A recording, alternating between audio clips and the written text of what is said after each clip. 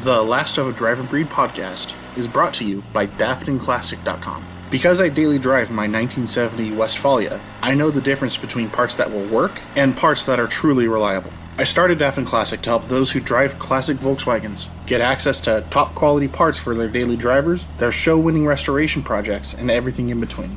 With locations in both Los Angeles, California, and Salem, Oregon, we are able to serve the VW community across the entire planet with personalized service and up-to-date technical advice that accounts for classic car ownership in the modern world. Visit us at www.daftonclassic.com.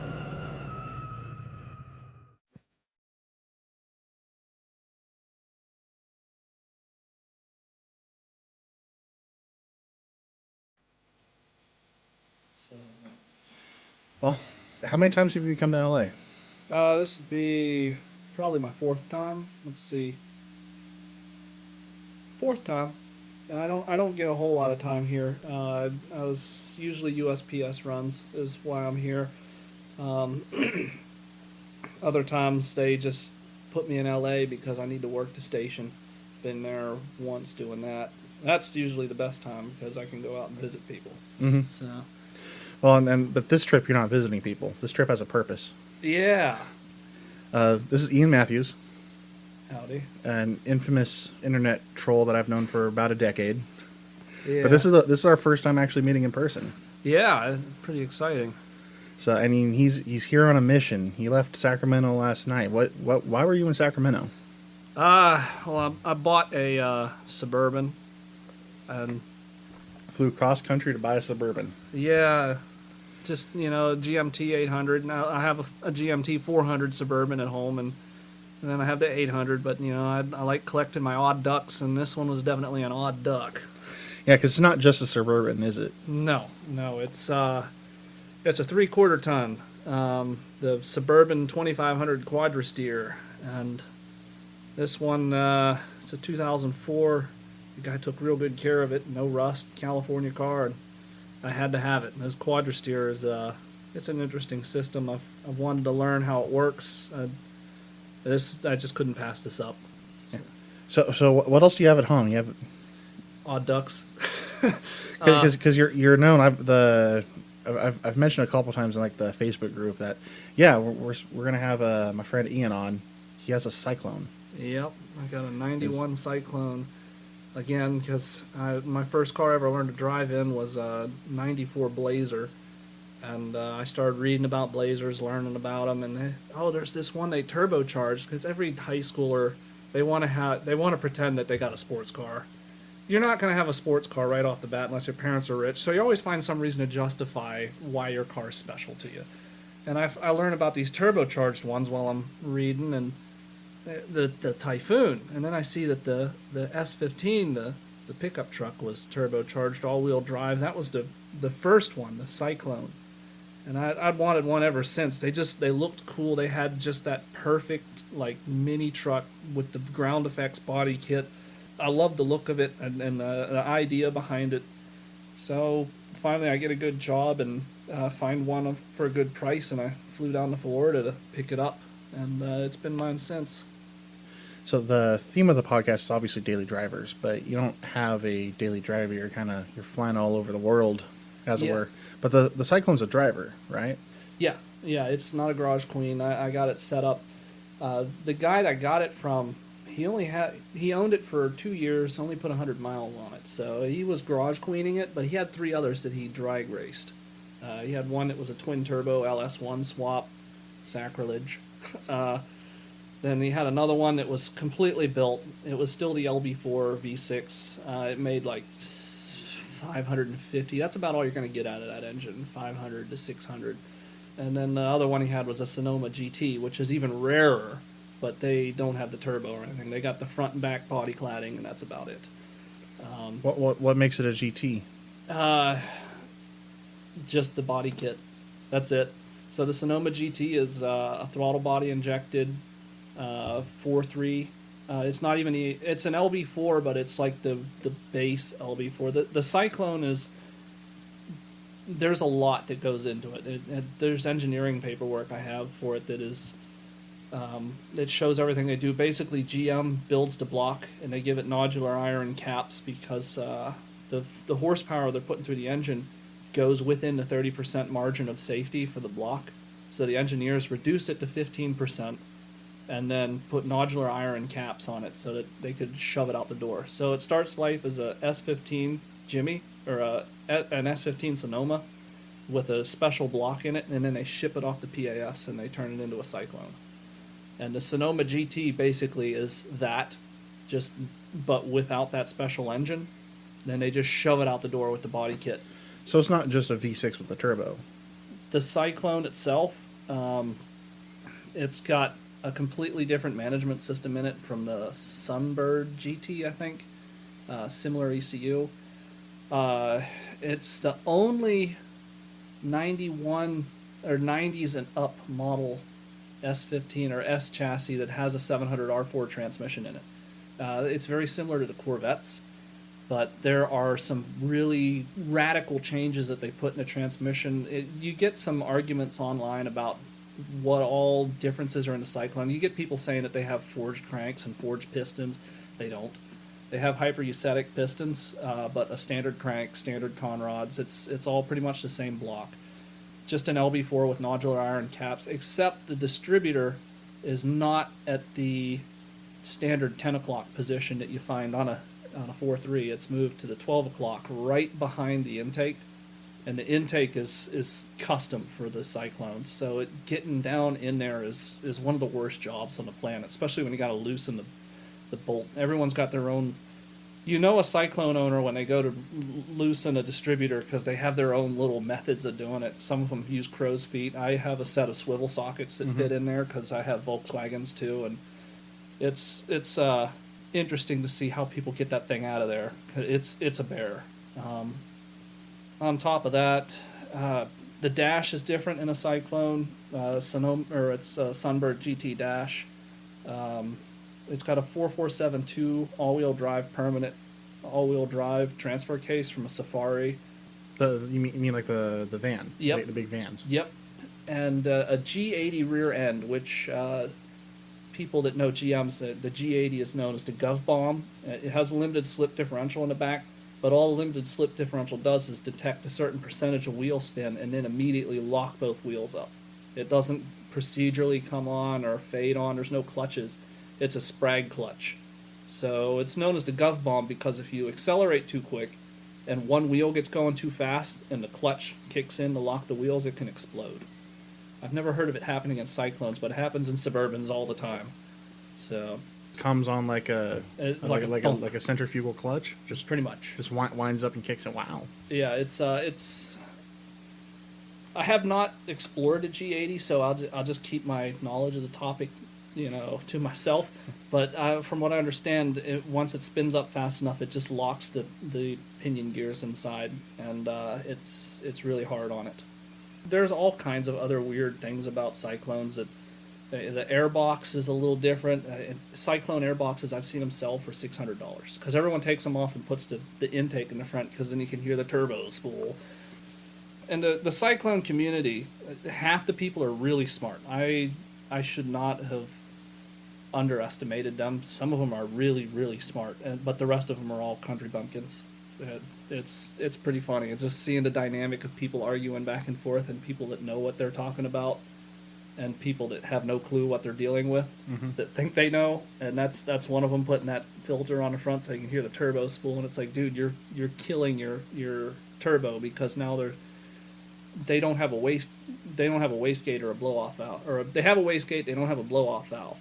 So you get the turbo chatter, and when you have that filter sitting in the front, now you don't have a pocket of air rushing through the intake to dampen the turbine bouncing back and forth. There's some argument on that, but people claiming if you keep your airbox in, your turbo won't fail, and everyone running 20 Gs with filters in the front, they have some turbo issues over time. So is your airbox on or off? Mine's on. I like it stock. Good man. Yep. Yeah, because you've also been posting a lot about transmissions and your adventures in transmission land with this truck. Yeah, you're gonna have to forgive me because I get a little when I talk about cars. I'm ADD, and I go all over the place. The 700 R4 out of the Cyclone, like I was saying earlier, there's some argument over what's different about it, and no one really knows. Like, we know exactly what the LB4 and the Cyclone has, what's done to it. It's well documented. But the 700R4 and the Cyclone remains kind of like a guru knowledge thing. And so mine blew up. I drove it from Tallahassee, Florida to West Virginia. And we set some passes in it. We did some boost launches. And I started noticing when I was driving, the RPMs were running away on me when it was shifting. I was like, oh boy. And I don't know anything about automatics. I'm a manual guy. So I pulled a dipstick out. Fluid looks reddish, but it smells like a burnt shoe. So I'm in trouble. So I put the anti-slip stuff in. Bad move. That transmission went downhill after that when I put that Lucas oil additive into there. The stop slip. Don't ever do that. That's like putting stop leak into your coolant system. You've ruined the transmission at that point. So it still drove. It had first gear. Reverse didn't really want to work. And anyone that knows transmissions is hearing what I'm saying. They're like, oh, I know what's wrong. Yeah, the governor went bad, and it couldn't hold the 1.4 clutch down. So that clutch burned up when I was on the highway because the governor wasn't working right. And the reverse boost valve was stuck, and it wasn't giving full line pressure for reverse, so it was just spinning the clutches there, too. If I would have just taken the valve body out and cleaned it up and flushed the fluid and put it back together, I might have gotten some life out of it. But it burnt up. So I sent it to a guy on the Cyclone forums. Everyone said he's the man. Everyone was raving about him. Well, that took 8 months, and the transmission still, to this day, doesn't run right. I had to take it all apart. I found all kinds of problems with it, and I've got it mostly back together. And I learned that the Cyclone has, like the Corvette 700R4, the hydraulic input on the input shaft, the hydraulic lines are like 0.050 diameter, and the Cyclones are actually larger, like 0.60 or 0.65. And that's because they wanted to have more hydraulic pressure on the number one clutch when you're launching. They knew this car was going to be drag raced, so they enlarged stuff to give it more hydraulic pressure.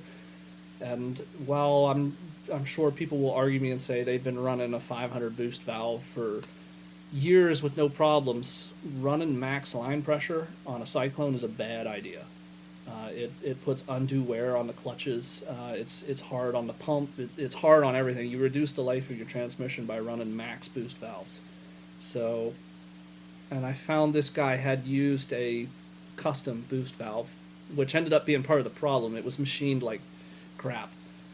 So I put a 475 from Sonax into there, and it shifts good, runs good. I found that the regulator springs in the pump, the pressure regulator springs, are their own design too for the Cyclone.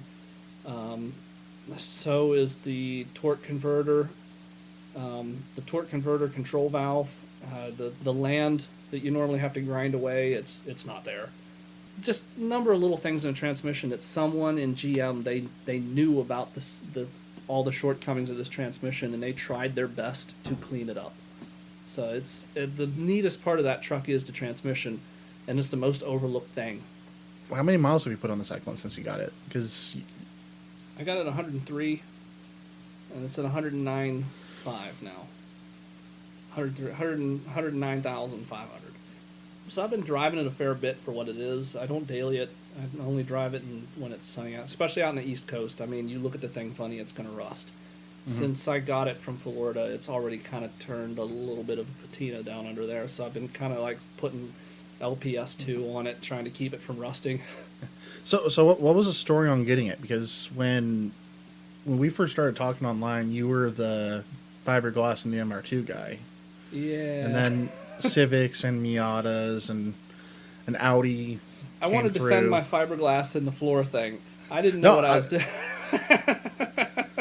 No, I got in a lot of made fun of a lot for that. But yeah, I tore that all out and welded it up. But the reason I did that is because I had some dope on the internet tell me, well, if you weld it, you're just going to burn right through the floor, and it's already rusty anyway. You might as well just put fiberglass down. And yeah, that's like putting foam in your rocker panels. It held. But anyway, in VW land, I'm faced right now with having to weld up the floor pans in a bug. yeah, And I'm looking at it like, why couldn't I? It's just a floor pan. It just needs to hold a. yeah, I mean, it's not a load bearing surface. no, Other than shoes. yeah. Honestly, I know people that are Fred Flintstoning it around. They just used a rug to hold their feet up. Mm-hmm. So probably could have got away with that too. But the floors in the MR2 are fixed up now. And, Do you still have the MR2? yep. Yeah, no engine. It's just sitting in a field, exactly the way I left it. I never finished it. That car I learned everything off of. I learned how to weld. I learned how to paint. I learned how to pull engines, put engines in, swap engines.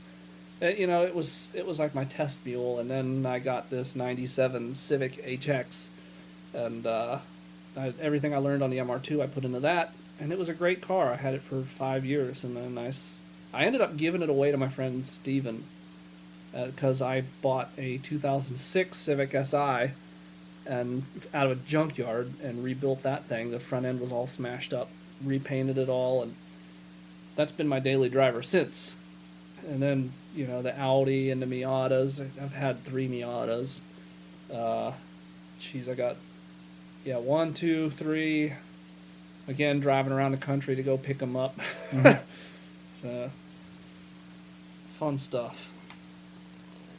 And then, what was the story on the getting the Syclone? Well, Short of you found one online and you wanted one in high school.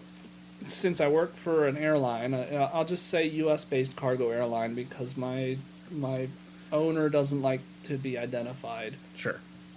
I will say he calls people a lot. That'll probably anyone in the car community. That's going to get bleeped, isn't it? that one, yes. Or just completely erase it. He doesn't like to be identified, but he's pretty lenient. It's a big airline. If you want to go home, you can go anywhere in the country. They'll send you anywhere in the country, but after they send you there, you're responsible for getting back home.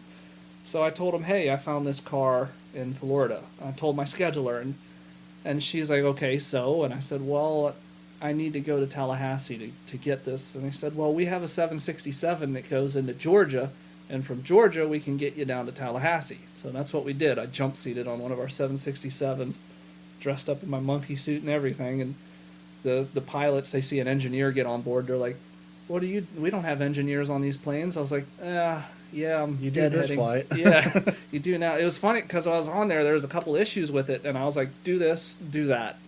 And they're like, oh, okay, sweet. And, it's great. I'll talk about that program later. I got down to Tallahassee, and I told the guy, look, if it's not what I expected, I'll just buy a plane ticket and fly home. And he was cool with that. So he picked me up at the airport. I test drove it. I liked it. It ran. I think he was pulling the wool over my eyes. I think he knew that transmission was heading out. After I took it apart, I was like, there's no way he didn't know this. If he knew automatics, if he knew as much about these cars as I do now in a year. And he drag races them. Yeah, and he was pulling the wool over my eyes. And he's on the SciTi groups. I've seen him. And he did say when I got the new transmission, and he said, I'm glad that car went to someone that knew what they were doing. And I was like, that's a double-edged comment right there. Mm-hmm. So, yeah, I drove it up to... I just got in a car. I put my Pelican case... I'm out for 20 days at a time. So I live out of a Pelican case. It's a 1620. I do all the Ranger rolling, military-style folding and packing cubes. And I live out of a Pelican case. I don't have a house or anything, so I throw that in the back, and I just get in the car, and I drive to Savannah, Georgia, and I meet Chris Feeney. And Chris Feeney, I guess for people who are listening, he's a mutual friend of ours from an automotive group that we're in. So I visited him. And then I made it up to Newport News, Virginia, and stayed with my brothers for a couple days. And that's where we blew the transmission out of the truck. And then I limped it home. So, and it made it the whole way. It was amazing. It made it and died right in my driveway. I was actually just writing about my. That's what happened with my Comanche. Long story short, on the way home, the ring gear and the differential started disintegrating. And you know the story on this truck. This is the infamous 5-cylinder, Yeah. no synchros, $400 crap box Jeep that should not have been on the road. Yeah. Finally lost the fourth. It lost 4 teeth when we parked it on my parents' property. Gave just a final bang, and I was like, okay, that's it. Key off, and he pulled the diff cover off, and out comes glitter. And 4 teeth, and I'm sure the pinion's rounded off now because it was. I heard one tooth. I heard one bang between here and effectively Reno. So we went up the east side of the Sierra, and it got worse and worse and worse. There was a bang, and then a bang, and then you feel something in the back end was skipping. Great. And it was just the final Nail in the coffin. Yeah, that was the straw that broke that camel's back, and that camel's back was already broken. Yeah. But the irony being that that transmission was supposed to blow up before I bought it. That transmission outlasted a Dana 44 because that was a Dana 44 rear end. That's pretty good, I'd say. That poor Jeep. that poor abused Jeep. Well, you know, that's like my old '97 Civic. I took that to racetracks. It was a lean burn motor, so it was already predispositioned to eating valves, and I blew one engine out of it. I remember that was during the Bill Caswell hype, build race party, and I was taking inspiration off of this guy. Tear an engine out and put it back together in one day and then go race it the next. I'm about to race at Mid-Ohio with this crap box that it's meant to get MPGs, and here I am with a block from a D16 Y7, and I have a D16 Y5 engine originally in that car, which completely different blocks. I mean, they're D16s, everything interchanges, but they have different designs. And it turned out the Y7 had higher compression and already had a head that was decked by 030, and by the time I did the math, I was running an 11.65 to 1 compression ratio in this thing. So I'm like racing around the track with, I'd say that car was making 120, 130 horsepower, and I set a 155, and then I started leaking oil and compression went down, and yeah, that was a good time. And I ended up parking that car for a little bit while I repaired it, and then it lived to ride another day. And finally, when I bought the 2006 SI about 2 years ago, I parked the Civic in the driveway, and it didn't start for 2 years. And it was just last year I gave it away, and the kid literally put a battery in it, turned it on, and drove it away. This is the 97? Yeah. And I mean, it drove away on 3 cylinders, and the transmission was going chug, chug, chug, chug, chug every time he was driving because the gear sets were all rusted up. And oh, Jesus. Yeah. I was telling you, the East Coast is hard on everything.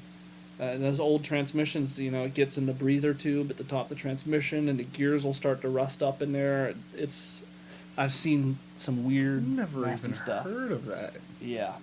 Neither have I until I saw that. And that's a transmission, the S40 transmission, I think that's what that thing has. They're already predispositioned to exploding. The fifth gear and reverse binder, there's a little fork that holds the reverse gear in place. Mm-hmm. So normally all the gear sets in a transmission are in constant mesh, and the cogs jump in to make them run.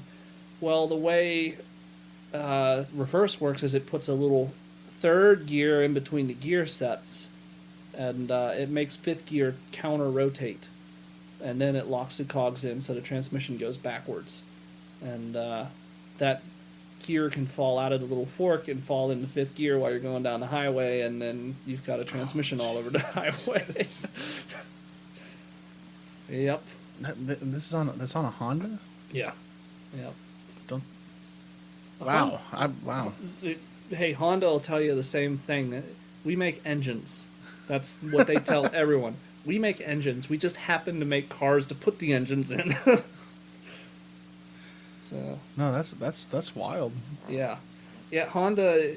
That's one of the things. Honda's transmission game is not that great. They make great transmissions.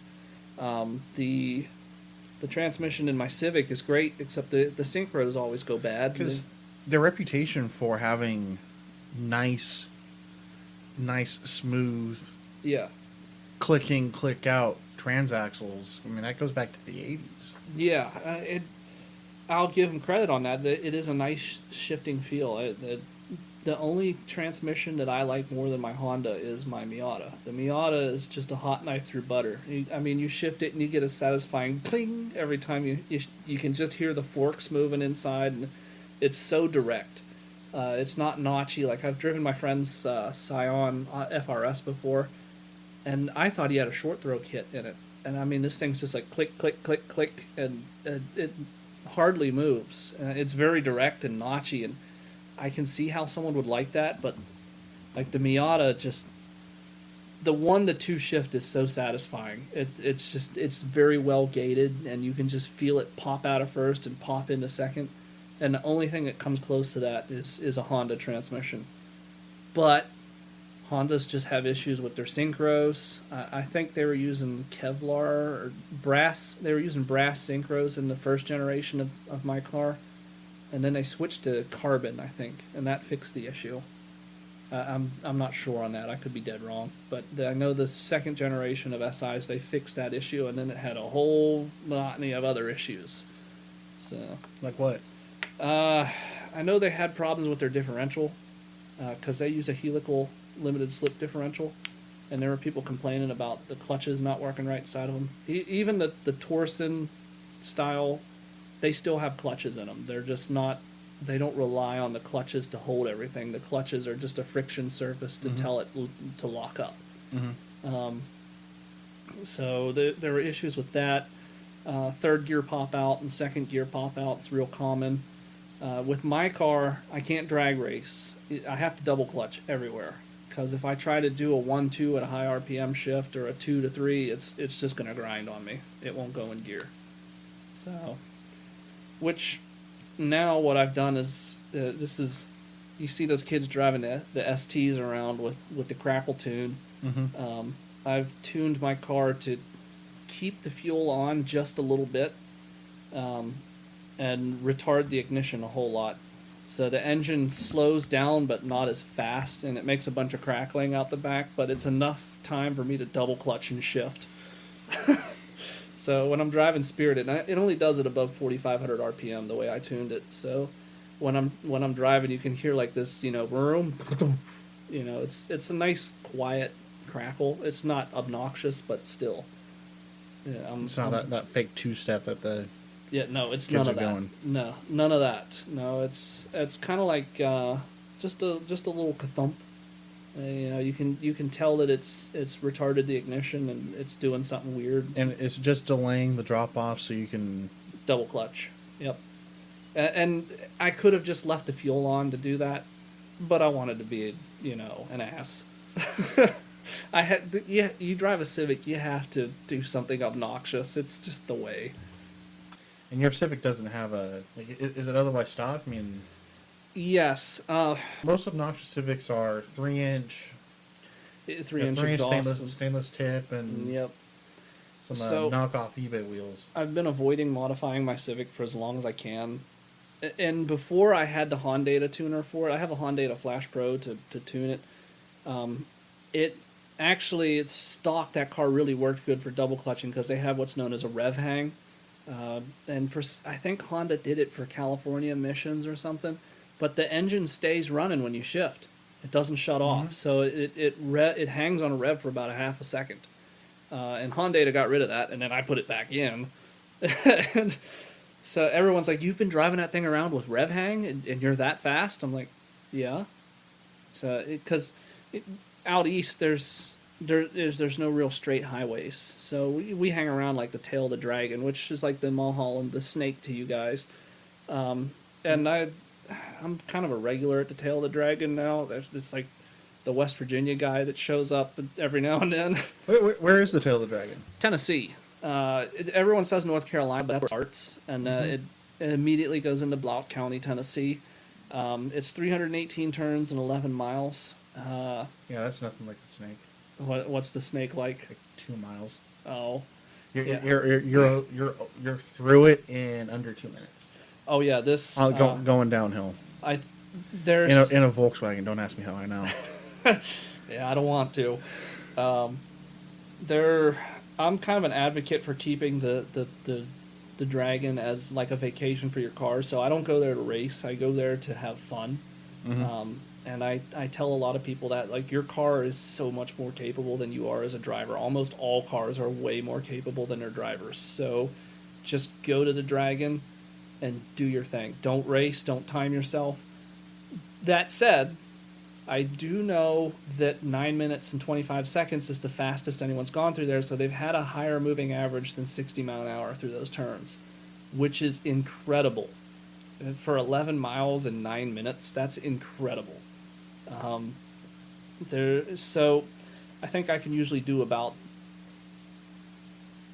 I want to say 11 minutes or so, a mile a minute. Yeah, I can do I should clarify. I said 2 minutes. You're at the downhill. It's not 2 minutes. It's closer. If you're quick, if you're spirited, it's about 4. Yeah. For the snake, but it's about 2 miles from the lookout down to the rock store. Yeah.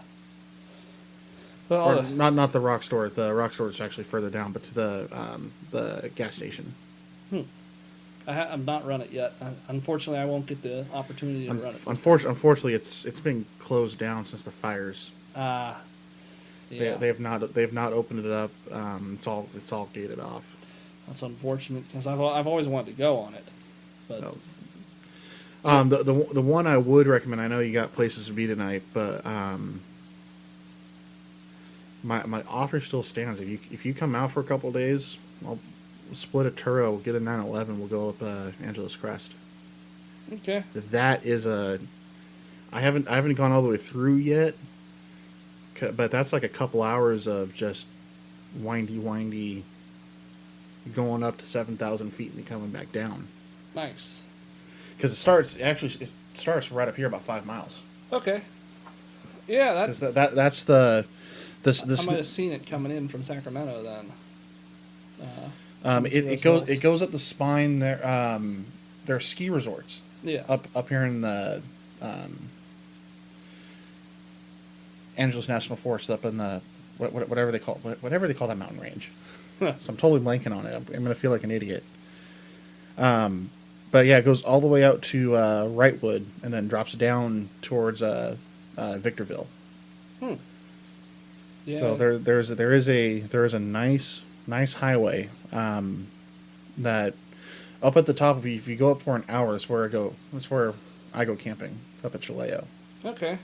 Well, if I ever with a bus and stuff, and there's always you see like Magnus Walker, he goes up there all the time. All right.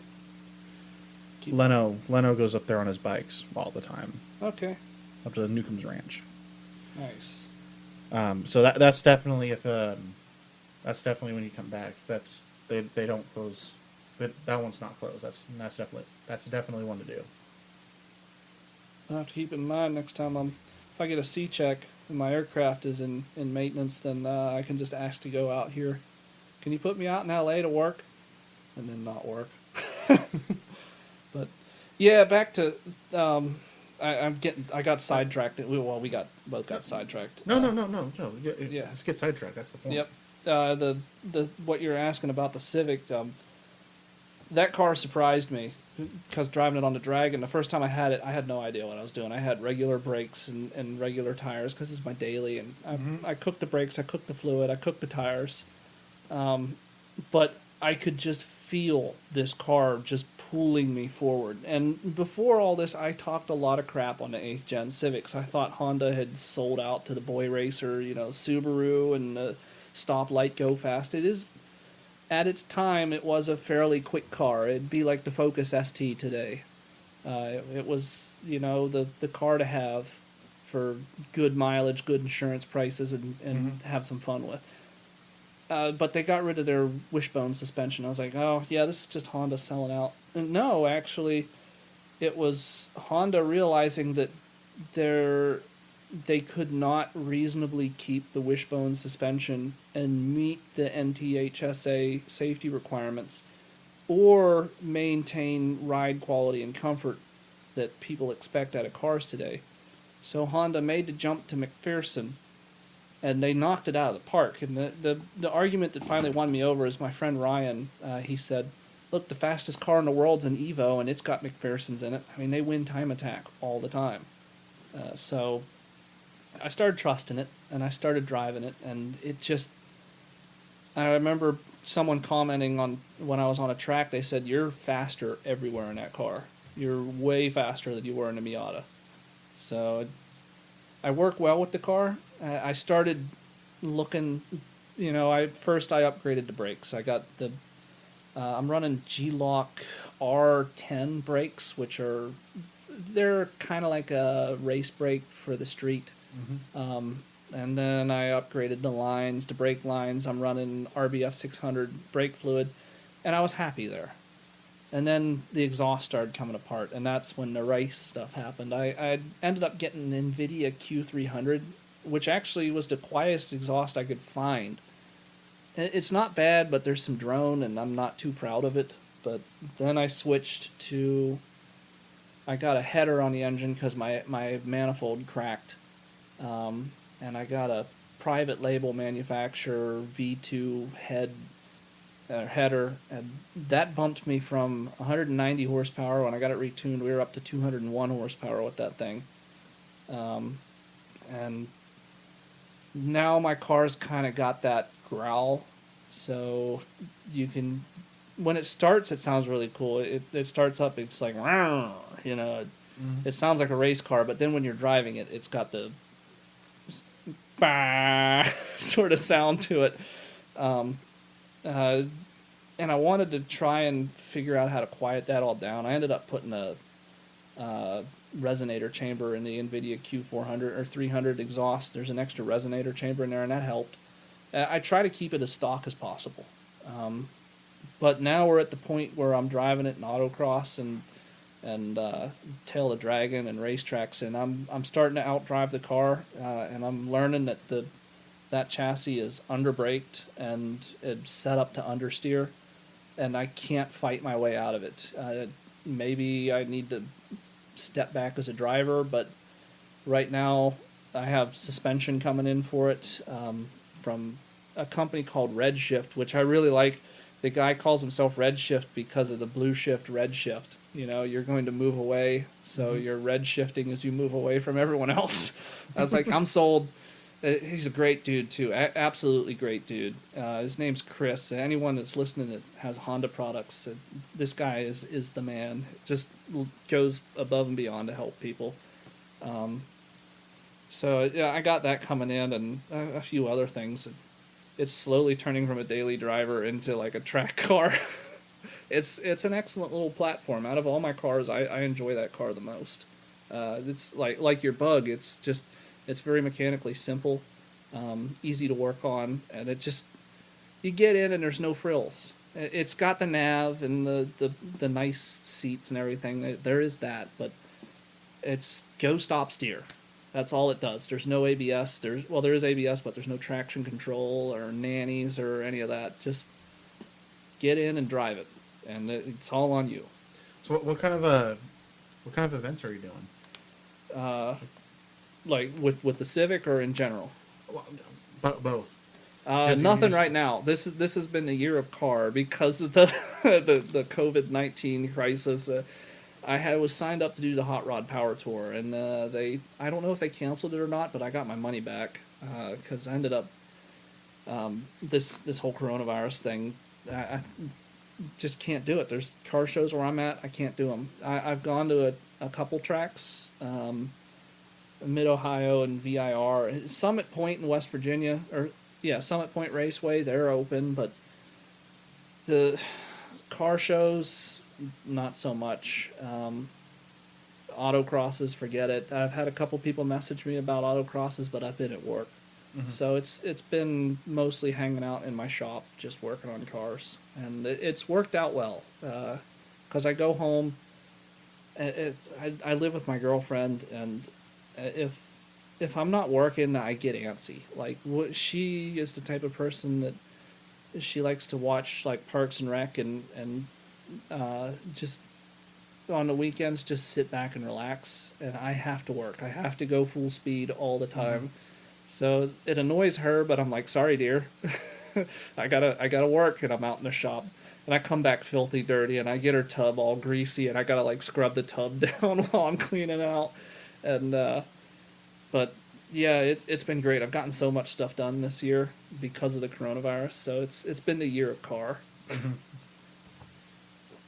mean, just you're autocrossing in the Civic. You're doing, Yeah. Are you trying to get in a competition, or I'm not you're just enjoying driving? Enjoying driving. I'm not a very competitive person, except when it comes to like. I guess I'm a stubborn person. If you tell me that I can't do something, I'm going to do it. But when it comes to autocross, like I could care less if someone says you're a terrible driver. I'm like, and that's the good thing. Like my view of driving is for me only. So when someone says like, well, you could stand to do better, I guarantee you I'm faster than you, I'm like, well, that's fine, but I'm having fun.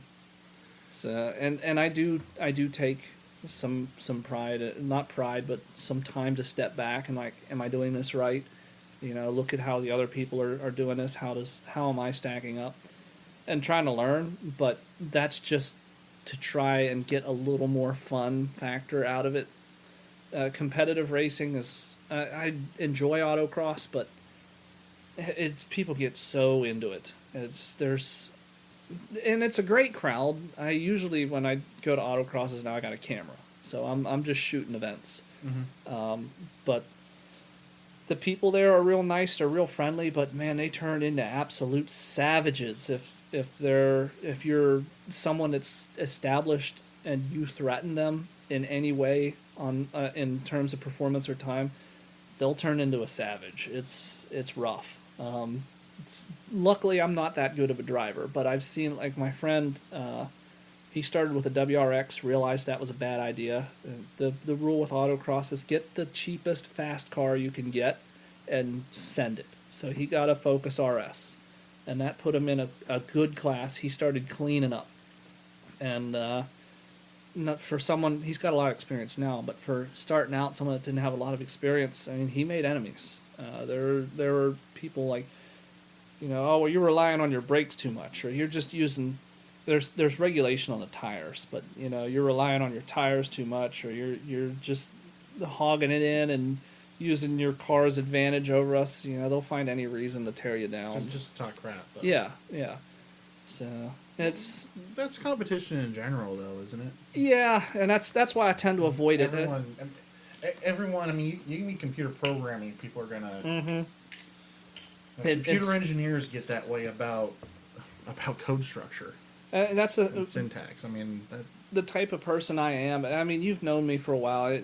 We both have our own beat to our drums, and I'm just not a competitive guy. And I understand. I completely respect people that see competition as a means of weeding out the weak and building strengths among one another. You know, it's the only way to really become good at something is to get beat by someone.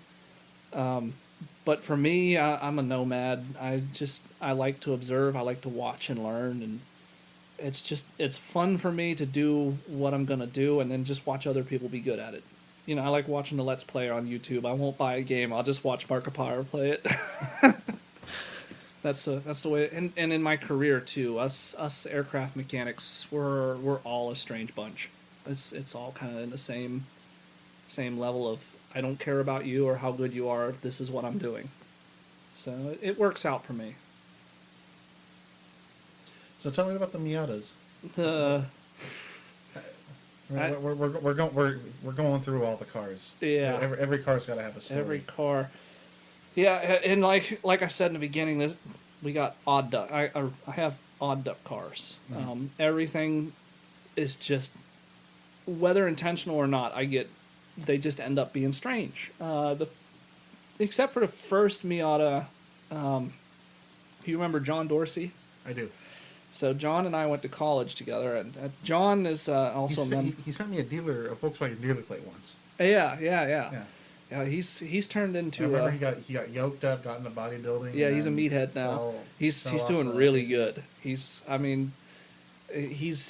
to take on everyone that is screwing people over. It's pretty great to watch. So he's just got honest like bodybuilding stuff that he's doing. He's working out in the streets of Connecticut, Connecticut. I think's where he's at. The hard streets in Connecticut. Yeah, he's got like a little gym he runs in the streets, like because you can't open a gym, so he works out on the streets.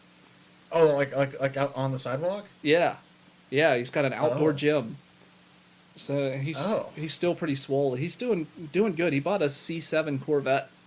Nice. Yeah. Congratulations to him. Yeah, we were cruising around in that thing, and I mean, John hasn't changed a bit. I mean, he looks like Rocky Balboa now, but he's still just a great dude with just like comes out of left field with the weirdest stuff. But back when before he was working out, we were in college. He bought a Miata, and I had an MR2, and I knew cars sorta, and he didn't. He knew cars, but I was like the resident nerd. Mm-hmm. So he's like, "You want to help me out with this thing?" I was like, "Oh, cool!" And he wanted to turbocharge it, and there was some back and forth. You can actually find the threads on if you Google "angry toaster," I think it is. You can find on Miata Turbo this big argument about why he shouldn't use a rising rate fuel pressure controller, and he keeps saying, "Well, I want to do this instead of buying the ECU."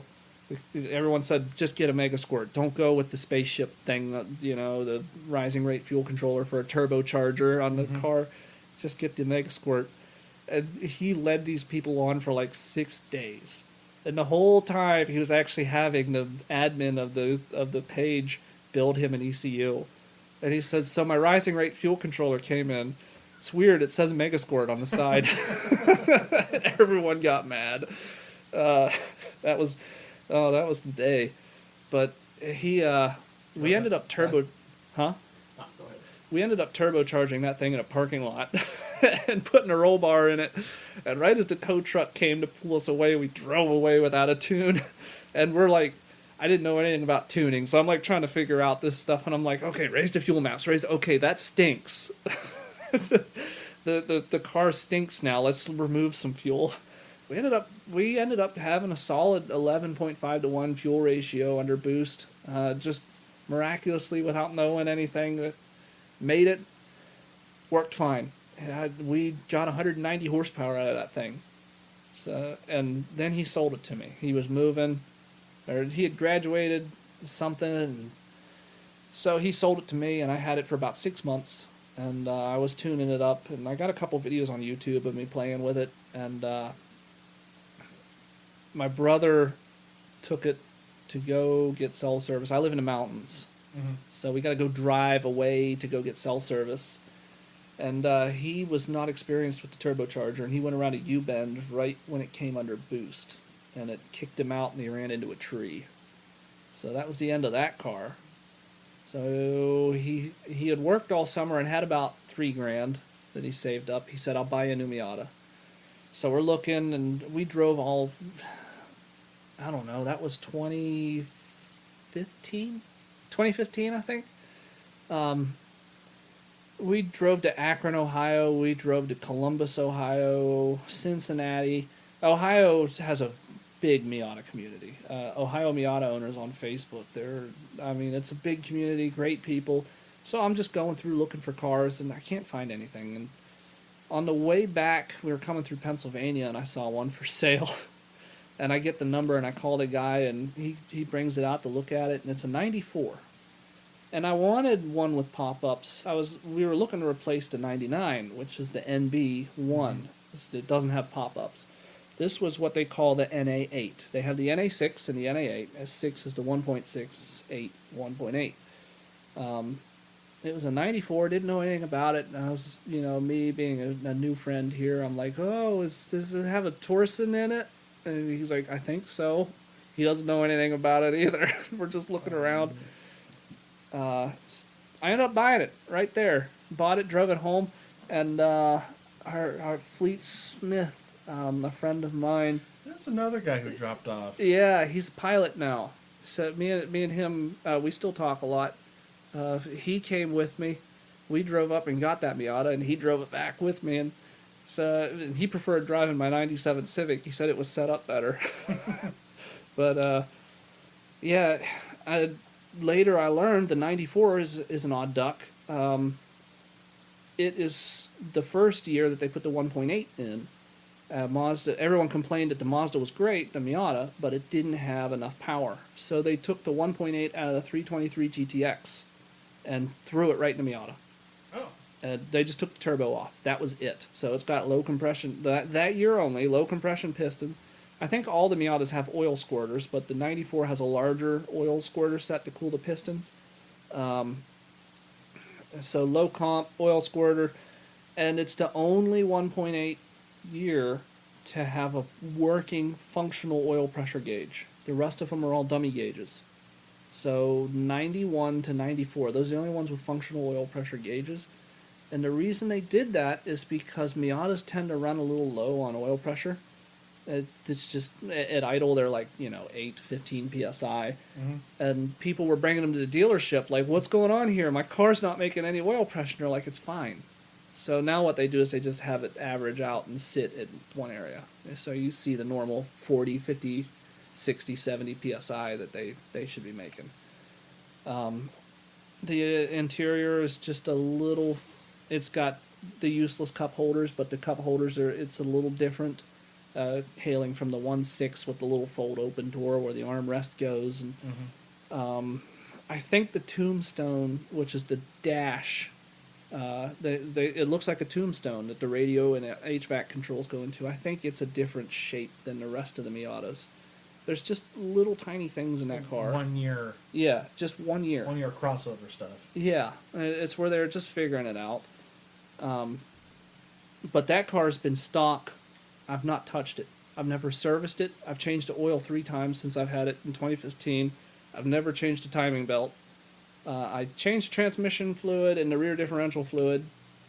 But other than that, it's stock. And it's got 178,000 miles on it, and I flog the crap out of it when I drive it. It's got a hard top on it now, and it's just...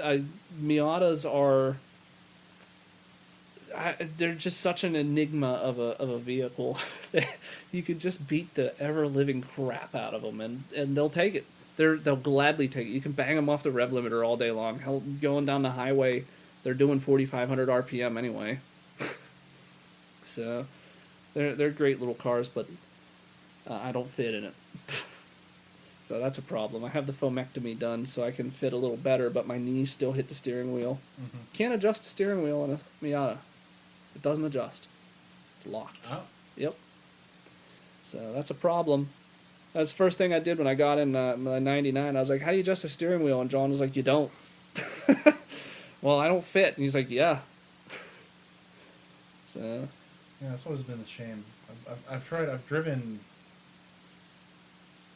the ND. We're on the ND, the 4th generation. Mm-hmm. Yeah, when it first came out, like I test drove it at the auto show. The ND is a wonderful car. I regret that I can't. My head is literally, my eye level is literally above the windshield. Yeah, my friend Kyle's like that too. I got a picture of him sitting in my MR2 and his head sticking out of the sunroof. Yeah, it's like I have to like shrink my head down in between my shoulders. Just like, it seems like a wonderful car. It's actually why I'm strongly would consider getting like an FRS or a BRZ. Yeah, because they drive much like the Miatas that I've driven. Yeah, but I'm much more comfortable driving in one. Yeah, the FRS is they really knocked it out of the park. I think the problem with the FRS, the only problem with the FRS is the community. Toyota is a marketing machine, and they're the FRS is such a great car, but so many people have it, and so many boy racers have it. And they're like, oh, I got a rear-wheel drive car. I'm a race car driver. And then it's like they get into the real world thinking that they're a race car driver, and they end up causing accidents. It's kind of, and on the internet, people just calling each other out senselessly over stuff. It's like, come on, guys, just be like Miata owners. Talk about how slow you are. Well, that's always been the gripe I see. Is like, oh, it doesn't have enough power. Doesn't have enough power. Doesn't have enough power. And that is, it's Subaru. I'm like, oh, my whole perspective on that car was Toyota was doing. You know what it is? It's just like the new Supra. yeah. You know everyone bitches about the Supra. Oh yeah. It's just a BMW. The Supra doesn't make enough power. Doesn't do. How much money do you need to get into a new Supra? Oh geez, more than a C8. You can buy a Corvette C8 Wait, cheaper really? than you get a C. Yeah, yeah. I remember that because I made this meme that. No. I'm being serious. Like what's like the MSRP on a new like Let low me. or mid tier Supra? Oh, you like the new one? Yeah. 2019 Supra cost. Because I have a point here that has been true for the FRS BRZ. Okay, they start at 50. Models go on sale. Mostly, you're gonna. Okay, Yeah, that's a they're bit averaging about expensive. 55. That's a bit more expensive than I would have thought. Yeah. Well, I'll make the point anyway and just admit that I'm wrong about it. Because the FRS came out like low 20s. Yeah. It was And- like, come get it. But it's only got 200 horsepower. It's got Prius tire. It's like you're spending Miata money for a car that has much more aftermarket support than a Miata. Yeah. I remember. You want a supercharger? I remember when that car first came out, there were several supercharger kits available. People cracking 600 right away on them. And- 600 stock block. I remember them doing that. Yeah, and it's like you don't get it. Like it's not going to be the $40,000 or $50,000 sports car, but if you're going to spend $50,000 on a sports car, Yeah. the FRS is there for you to build it into the sports car you want, And not the sports car that like BMW Toyota or said, Subaru is going to hand you. Yeah, and Toyota said they wanted it to be an homage to the 86, the AE86, and the 2000 GT. Yeah. And they did that. It is a car that is cheap. It's economical. You can, and it's like the Miata that you can it works as a daily driver. You can fully use that, and it's got trunk space. Mhm. You can fully use that car to drive around daily, but you can turn it into a race car if you want. It's just like the AE86. Yeah, and that was my whole thing about the new Supra too. Was it was accessible and easy enough to get into. Yeah. If you wanted to build a sports car out of Yeah. it. They weren't giving you the sports car they assumed you want. They gave you here's a relatively blank canvas, and you can do whatever you want because we know the community is going to do whatever you want anyway. So we're not going to try to tell the community what it wants. When you look at the BRZ and you can see the tiny little exhaust coming out, and it's got the big exhaust louvers around it because they know you're going to put a fart can back there. as opposed to what BMW does, and they're like, here's your M3, and don't you dare change anything about it. Yeah, no, this won't fit, that won't fit. Or Porsche, where it's like, oh, you want a race Porsche? Well, we'll make We'll put a cage 15 different 911s, in it. Yeah, and don't you dare go to Gambala with it. yeah. I remember. I like that about Toyotas. They're like, yeah, you're gonna mess with it. So here you go. Here's a platform. We're not gonna tell you what car you want. Here's your basic car. Yeah, and that's. I remember one of my friends my friend Ryan, we used to drive Miatas together. We were the Miata boys back home. He had a Miata, I had a Miata. We had the same Miata, both 94s. Oh, you had matching Miatas. Yeah, there's actually a picture of us sitting against our cars, parked, and there's a big rainbow over. It just happened. It was pretty great. But is that safe in West Virginia? West Virginia's a changing place, man. But yeah, I remember him looking at the FRS and he said it's everything that a Miata should be, with the things that the Miata doesn't have. Like you can put 18-inch wheels on it. And 18 is widely accepted as the new standard for racing. It used to be 15-inch tires, and you could still get a lot of great tires in the 15-inch category, but 15, 17, and 18 is where it's at now. And so the FRS, you can do that. You've got tons of aftermarket ability. The people that say, oh, well, there's no power, I think more correctly, because I know people that own their FRS and love their FRS and say that it doesn't have enough power. I think the correct thing to say is it doesn't have enough top end. I've drag raced. My friend Ryan went and got an FRS, and I remember we were on the highway and we drag raced, and my 2006 Civic pulled ahead of him. By the time we got I could just see his car run out of steam. Every gear, it just ran out of steam, and my Civic would just pull ahead every shift.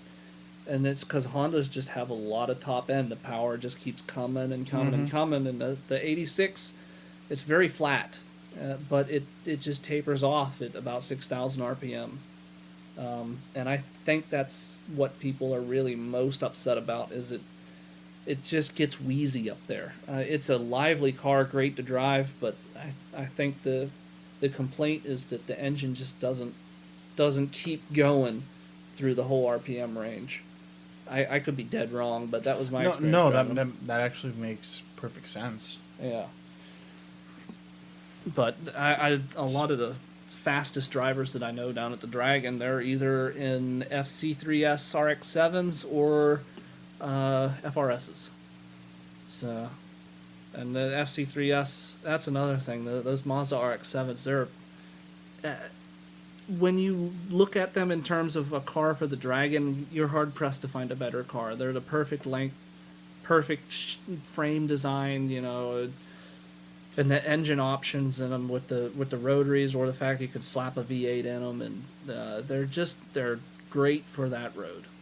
And that's why you see them a lot down there. Mm-hmm. I thought I'd see Miatas all over the place. First time I went to Toge Fest, which is a late in the year festival for driving the road, when all the motorcycles have gone home and it's colder. I mean, we've seen temperatures as low as 40 degrees Fahrenheit running around out there, which is a little sketchy for the tires. But I thought the first time I came, I was like, it's going to be Miata City. And I'm showing up in a Civic. And no, man, it was FRSs everywhere. There was maybe 2 Miatas and just like 40 FRSs. I couldn't believe it. So that's when I realized that I should take that car seriously. It's a good car. And indeed it is. I've driven a couple now. And they are everything the Miata is, except they're more attractive, I guess.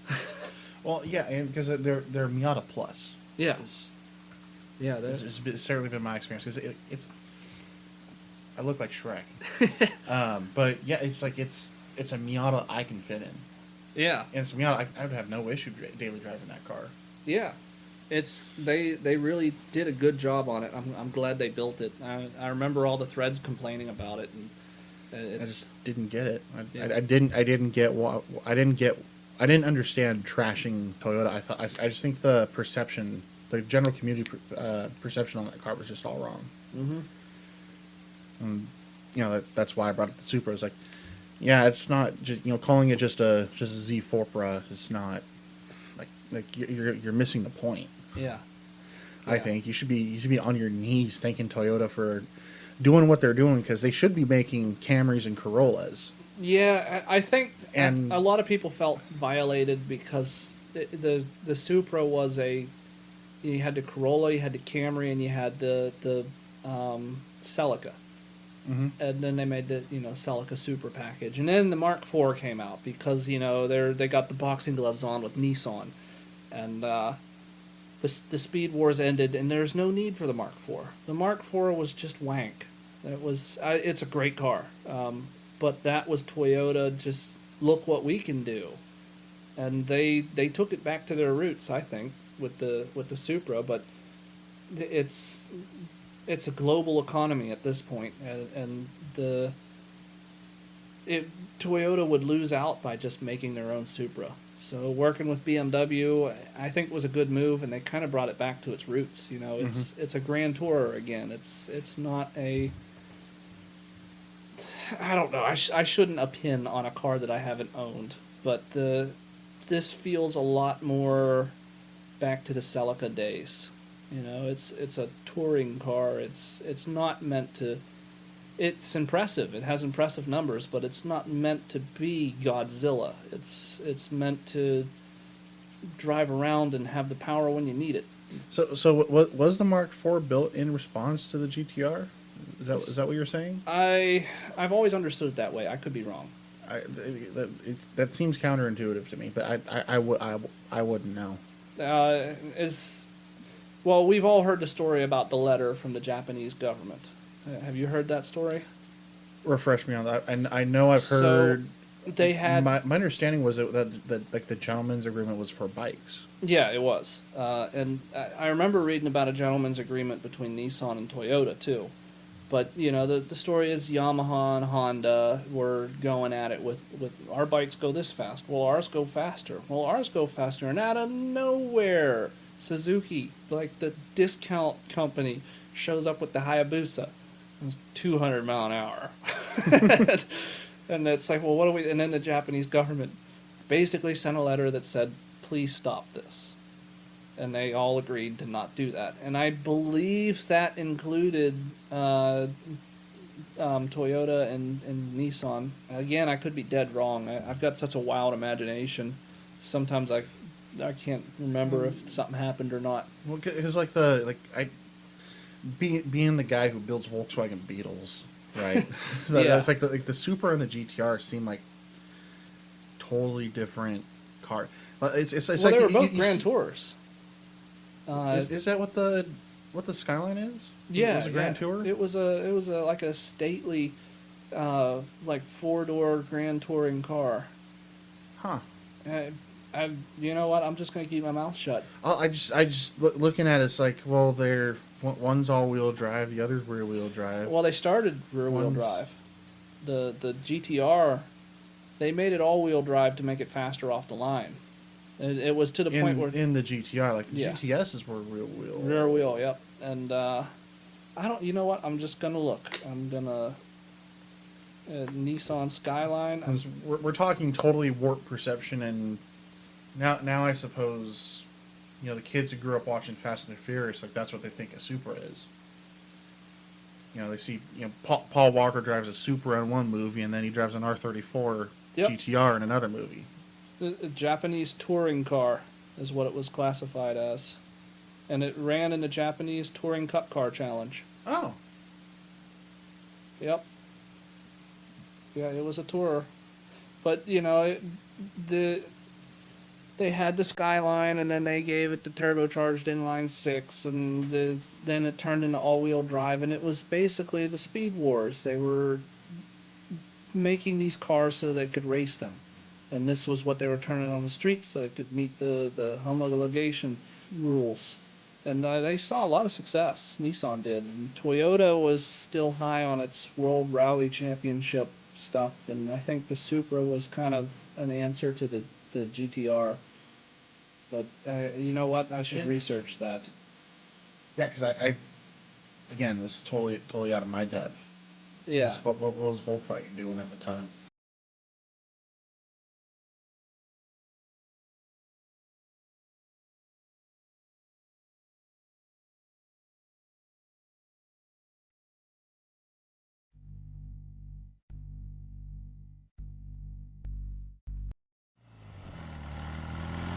The Last of a Driver Breed podcast is brought to you by DaftonClassic.com. Because I daily drive my 1970 Westfalia, I know the difference between parts that will work and parts that are truly reliable. I started Dafton Classic to help those who drive classic Volkswagens get access to top quality parts for their daily drivers, their show-winning restoration projects, and everything in between.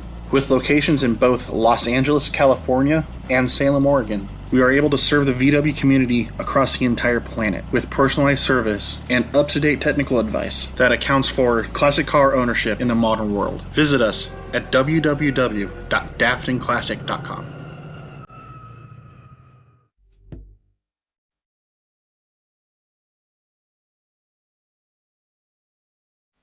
4-wheel drive Golfs and Yeah, Volkswagen had they were Audi group. They were hot on the Quattro World Rally stuff. They were really kicking butt on that. That's that was in the 80s. yeah, the 80s. The Into the Supra, 90s, they still raced in the 90s, didn't they? well, I'm sure they still race, but that's when Subaru and Mitsubishi started. They started fighting for first place in the World Rally Championship. You know what? That makes sense because Audi is, they're always ahead of their game. People are about to beat us. I'll make my exit. Just like they left Le Mans. You'll never beat us, Toyota. You will never beat us. Right when Subaru and Mitsubishi started taking over World Rally, that's when Audi started getting back into Le Mans with their R8 and R10. Yep. What were they doing? What were the German companies doing in the 90s? Not a whole DIS. Just awful injection systems. Porsche started getting around to putting a radiator in their cars, and that's about it. Yeah. What is that? I'm not buying it. Yeah. That's we were talking about the GTR. I do cinematography on the side, photography and cinematography. I always want to make my own stuff, and I'm just so ADD. Like you can hear from the way I'm talking. I just one idea, next idea, next idea, next idea. It's hard for me to focus, but I help other people make videos.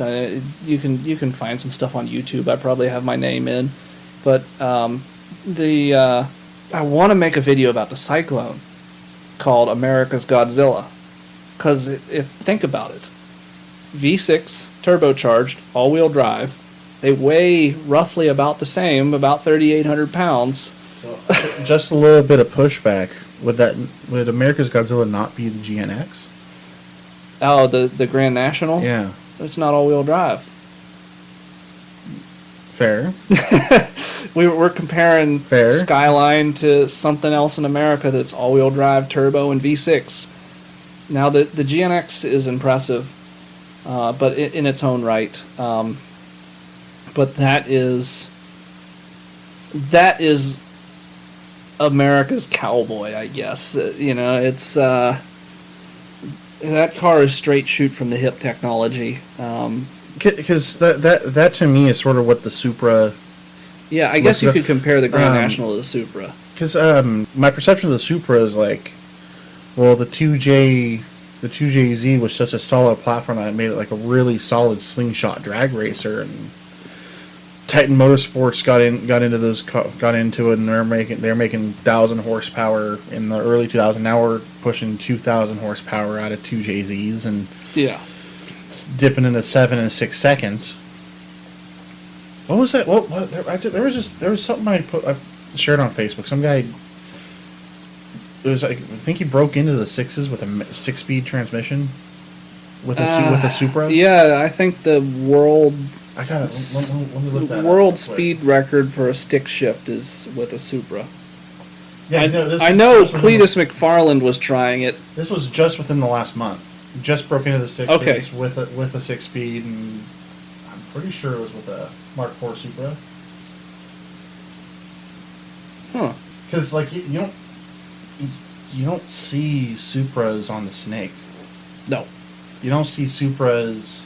Well, it's like Corvettes, man. The Corvette. Well, that would be the comparison. Yeah.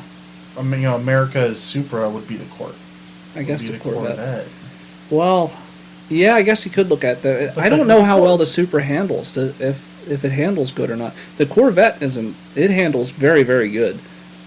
Which it always confuses me when I see people rolling up with Corvettes at the drag strip. I mean, yeah, they can go faster. They're a do-it-all car, but they're built to handle.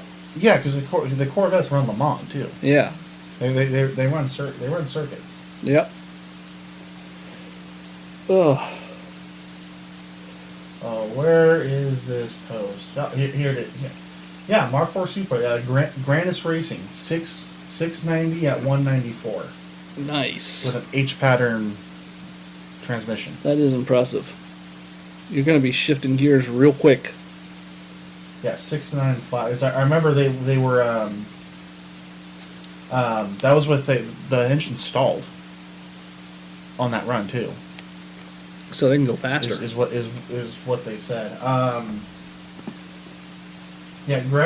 Grandis Racing. Yeah, now that we have a 690 at 194 pass under our belt, we have become the first ever H-pattern stick car to run. We have become the first ever H-pattern stick car to run in the 6-second zone. Yes, 194 miles an hour. The car actually shut off at the 1,000 foot mark. So there's room for more ET on this pass. We're still investigating the cause, but it's something electrical. Nice. You know, to me, that sounds like this is what the Supra. Yeah.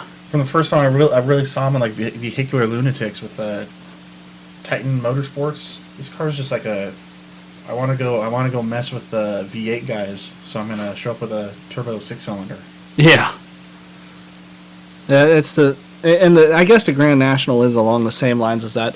The thing about the Grand National is such a dated look. It's such a good look, I guess. Nowadays, you look at it, it's like that's neat looking. But back in the early 2000s, it looked like Grandma's car, just with that some teenager had blacked out and made it look angry. Mm-hmm. But the Grand National was really impressive because GM gets a bad rap for technology. Like this Suburban, and we'll get to that, but that quadristeer that it has, you don't want to buy a GM with technology. It's going to fail. And but the Grand National was so ahead of its time. I mean, 1986, and it had multi-point fuel injection, a programmable ECU, manifold absolute pressure reading, as well as so speed density and volume measurement. It had them both. It had a MAF in it, and at the time, like my MR2 in '86, it had a vane style, which is a fake air meter. Those things, they work by black magic and hopes and dreams. The little vane style air meter, that's just whatever. It's clear into the 90s. I mean, people were doing central point fuel injection, and GM had multi-point fuel injection in 1986. Honda didn't even make that standard until the 90s with their PGM FI. So that the car was really ahead of its time, especially with a turbocharger. I mean, that was something the hot rodders were doing back then. Putting turbochargers on cars. GM is the first manufacturer to put turbochargers on a production car. Yeah. Before anyone was doing turbos. Yep. Porsche was copying GM when they put turbos on the 911. Yeah. So it's funny to see that GM is such like a husk of what it was, and they're still turning out some really neat stuff, but it's just so predictable now. Like the C8. We all saw the C8 coming, mid-engine. And we all know the C8 is going to be good. There's no question about it. But for the price, it's a particular kind of special. But yeah, it's a mid-engine Corvette. Yeah, there's nothing else to say about it. It's just a mid-engine Corvette. And then in the same vein, like this Suburban I went and bought. It's got this quadristeer system on it made by Delphi. Mm-hmm. I think it was Delphi, and it's a beautiful system. It's very, very simple. It's just steering angle sensor in the front steering wheel tells the ECU in the back what to do to the rear wheels, and there's a motor with a shaft that turns a rack and pinion, and a steering angle sensor underneath of that. So it's not mechanical. No. It's not mechanical. It's electromechanical. Front to rear. No, it's all digital. Two independent systems. So if it fails, it's not going to bind you up. That's the thing. It doesn't bind you up like that. But it's the reason I say it's a beautiful system is because if it fails, the motor releases and it will always go home and lock. Now sometimes, and I've had this on my brother's. My brother has a GMC Yukon quadristeer. Sometimes it'll get stuck and it'll start crabbing down the road. I've had that happen. You'll be taking up like 2 lanes and your back end's out. But all you got to do is turn the wheel left and right, and the motion of the car, the rear wheels will want to return to home, and then it locks. It's got a return to home lock position, and that's an undisputed position too. It's, you know, dead center of the system. Mm-hmm. The only way to change it is to change the toe on the tie rods, so it will always go home and stay locked, which is foolproof.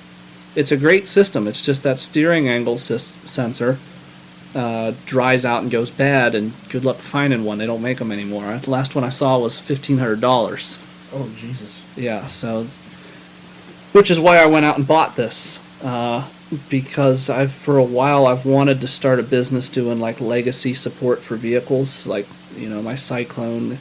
You know, we have a mutual friend that has an ECU tuning company now, Speedy EFI. Yeah, I was just talking to him in a car talk group. Yeah, and up at Spokane. Yeah, and I'm hoping he's out over in Denver right now. I'm hoping to see him on my way back across the country. But you know, he's building those ECUs for cars, and I want to start getting into trying to tie CAN bus and other stuff together. And there's people that are doing that, but they're making, you know, like one size fits all plug and play stuff. I want to make like steering angle sensor. Here's your 3D printed steering angle sensor. We have the technology. Just plug this into your quadristeer that's been broken for 15 years and it'll work again. That's the only thing that goes wrong with them. The rest of the system is foolproof. So I bought it for research purposes. This one works fine. So, but GM gets a bad rap with, you know, the sensor goes bad. They got electronics that fall apart inside. The interior paint's no good, and you know, all kinds of just GM stuff. There's a term. You say GM stuff, and people immediately know what you're talking about. So, like Chrysler quality. Yeah, Chrysler quality's on its own level, man. I've nothing but good luck with all my Mopar mechanical parts. It's all the. You saw my dash in the truck. Yeah. Well, apparently that's a meme that I didn't realize before I got it. I'm like, oh, all come apart. It's not just mine. Yeah. So our friend Andrew Ivankovich, he has the newer model of that truck, but with the 1500 with the V8 in it, and I remember his dash was all cracked up, and I said, "What's up with your dash, man?" And he said, "Oh, dude, watch this." He took his hand, just went whack, whack, whack, and the whole thing just went all over the place. You know, that's when I picked up my Ram, it was at least intact.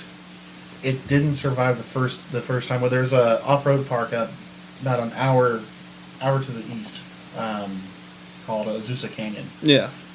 And it's a little trail ride to get into the park, and then you got to cross a creek, and the creek's full of rocks.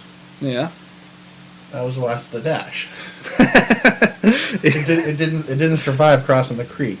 Yeah, but you know, like I said, my neighbor has that same truck you have, except hers is a 6-speed, and those are rare. Yeah, I cannot find. So there's a good story behind that thing. The owner of it, my neighbor's late husband, he came out to California all the time for carb and cafe testing. So, as you know, West Virginia University is the ones that opened the Dieselgate scandal. Mm-hmm. There's a funny story behind that too with Mercedes. My buddy was a researcher working down at Greenbank with a radio quiet zone in West Virginia. He was researching potential ignition sources from vehicles that could make EM radiation. They called Mercedes and said, "Do you have any studies on your diesel engines doing this?" They said, "Yeah, we'll send it right to you." And then Dieselgate happened, and Mercedes called back and said, "Forget it." But, yeah, so they'd always drive to California to do testing and go back to West Virginia. And this was one of their workhorse trucks. Very, very rare. And it got totaled. It got in an accident, someone whacked it. So my neighbor Gary, he fought tooth and nail to get that thing out of the auto auction, brought it home, fixed it up, and he's had it ever since. That's it. That was his baby, and then he left it for his wife, and so now my neighbor just sits out front, and she just waxes it up every weekend and takes care of it because it's her deceased husband's. But what I was going to get into is that you and I have these cars that's like, oh, don't get that car. There's all these problems, and we never have. I mean, yeah, we have the problems, but it's not the doom and gloom, stupid stuff that everyone says. You know, the dash cracking, whatever. No, so the example I found with this truck, Yeah. because it's three-quarter ton, because it's got the 8-liter, is 47 RE. Oh, the transmission. This one, Yeah, this one works awesome, and I've heard nightmares about the 47 RE. And I think the nightmares are diesel guys who they go out, they'll go get their. My dad, Yeah. I'm gonna throw him under the bus here. He's got an 03 with a 24 valve Cummins. Yeah. He's got the same 47 RE transmission. He's on transmission number 4. The truck doesn't even have 100,000 miles. Huh. My grandfather bought the truck new, and he bought it new, put a camper on it. He was towing his Jeep, and he didn't like how fast that truck would go in 4 low, locked in first gear, going down a couple really steep grades in the middle of the mountains. Yeah. So he wanted a jake brake. Banks makes a fairly good exhaust brake for those trucks. Yeah. And whoever gave him the catalog or whoever sold him the exhaust brake was like, you're going to buy a bunch of other Banks parts to go with it. So now it's got a bigger turbo, it's got ram air, bigger injectors, it's got an ECU, it's supposed like 900 foot-pounds of torque, blah, blah, blah, will blow the doors off anything, and didn't touch the transmission. Yep. And then it turned into, well, now you need a rebuilt transmission. And that's turned into, that was just a rebuilt stock transmission. You need the beefier torque converter. Now I think we're up to billet gears. Oh, great. Because it just that engine just keeps destroying transmissions. Leave it alone. I think that's where the reputation came from, because I mentioned my truck's more powerful than the Cummins stock. Yeah, the Cummins guys don't like hearing that. Because in '96 the diesel option, the Cummins option, was rated at 420 peak foot-pounds. My truck is rated at 450 foot-pounds. The torque rating for the 47 RE is 450 foot-pounds. I think you see where I'm going with the meatheads who get into these trucks and start throwing money at them, and yeah, they blow out the torque converters, yeah.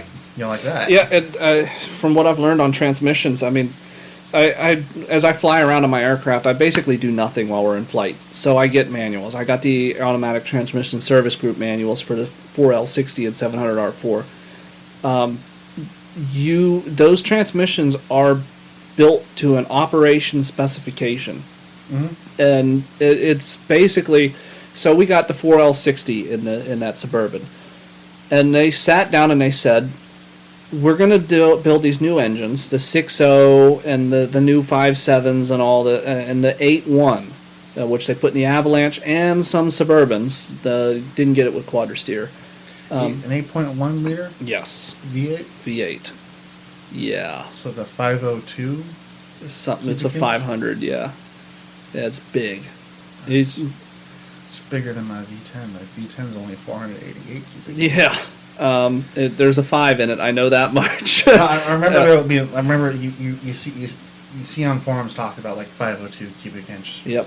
Stuff. And it's amazing to hear that thing run too. Like my friend has a Avalanche 2500 with an 8.1 in it, and it just comes up. You just hear it going boom, boom, boom, boom, boom, boom, boom, boom, boom, boom.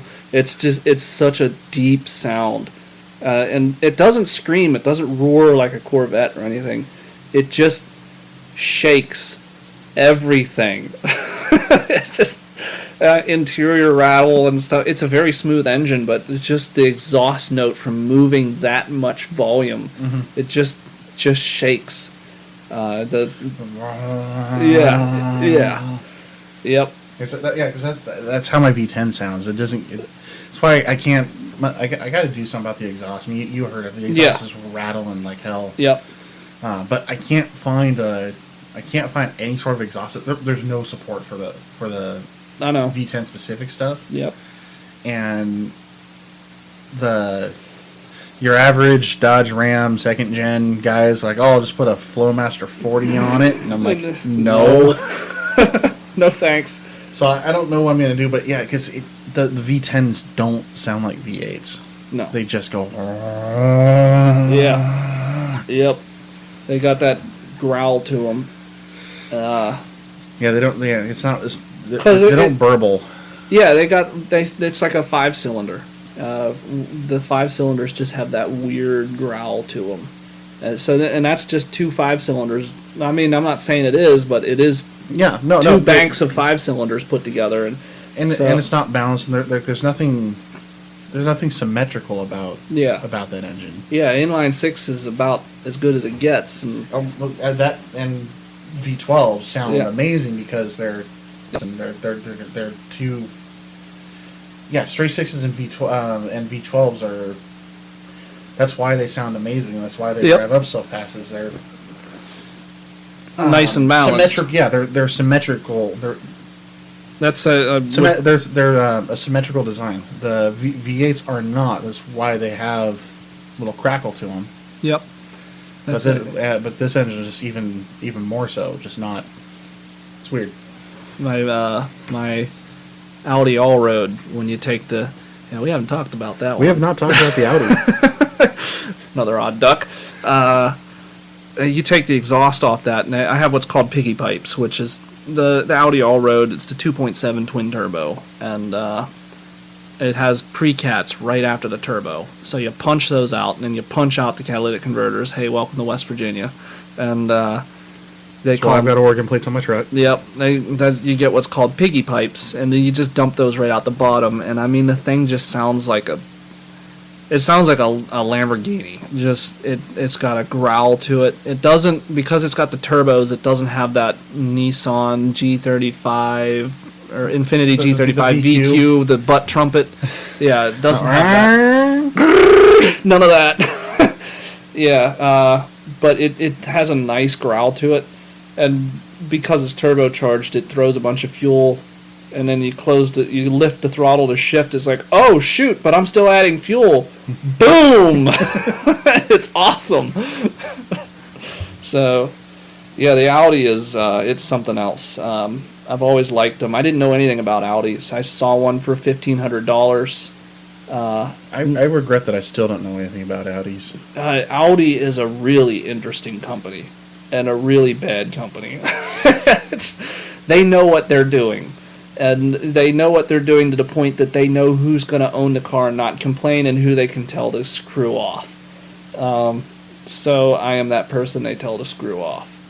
I remember I brought my Audi into an Audi dealership for a service, because it's a bone stock Audi. What's the model?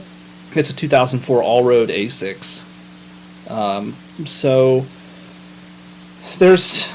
it's like the history of the Syclone almost. The Syclone actually was developed by Gale Banks. Oh, really? Yeah, it was. There's YouTube videos of him explaining it, but basically the CEO of GMC said, I want you to do something with one of our trucks that's sporty. So he made the 454 SS, and Chevy said, no, you can't do that because we have the market control on the large size trucks. If you do something, it's going to be with an S15. So he made an S15 go 204 mile an hour, just souped it up, and they called it the Syclone, and then they produced it. That's interesting bit of history then, because that was about the same time Dodge was like, hey, Carroll Shelby, come play with our Dakota. Yep. Yeah, it was all going on around that time, and GMC made off better with that, because the 454 SS, while a cool truck, is just not. I don't care about them. No one cares about them. Oh, it's a big V8 big block truck. Silverado. Yeah, who cares? The Syclone is unique, and in that vein, I don't have any names for the Allroad. Who helped develop it? Probably Hans. I don't know, but. Hans and Gunter, but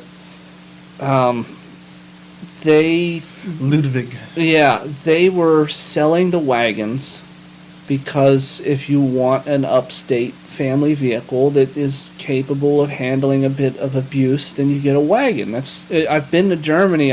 We fly for DHL. I'm in Leipzig, Germany all the time, and I'll tell you, there's Audi wagons everywhere. There's Volkswagens wagons everywhere.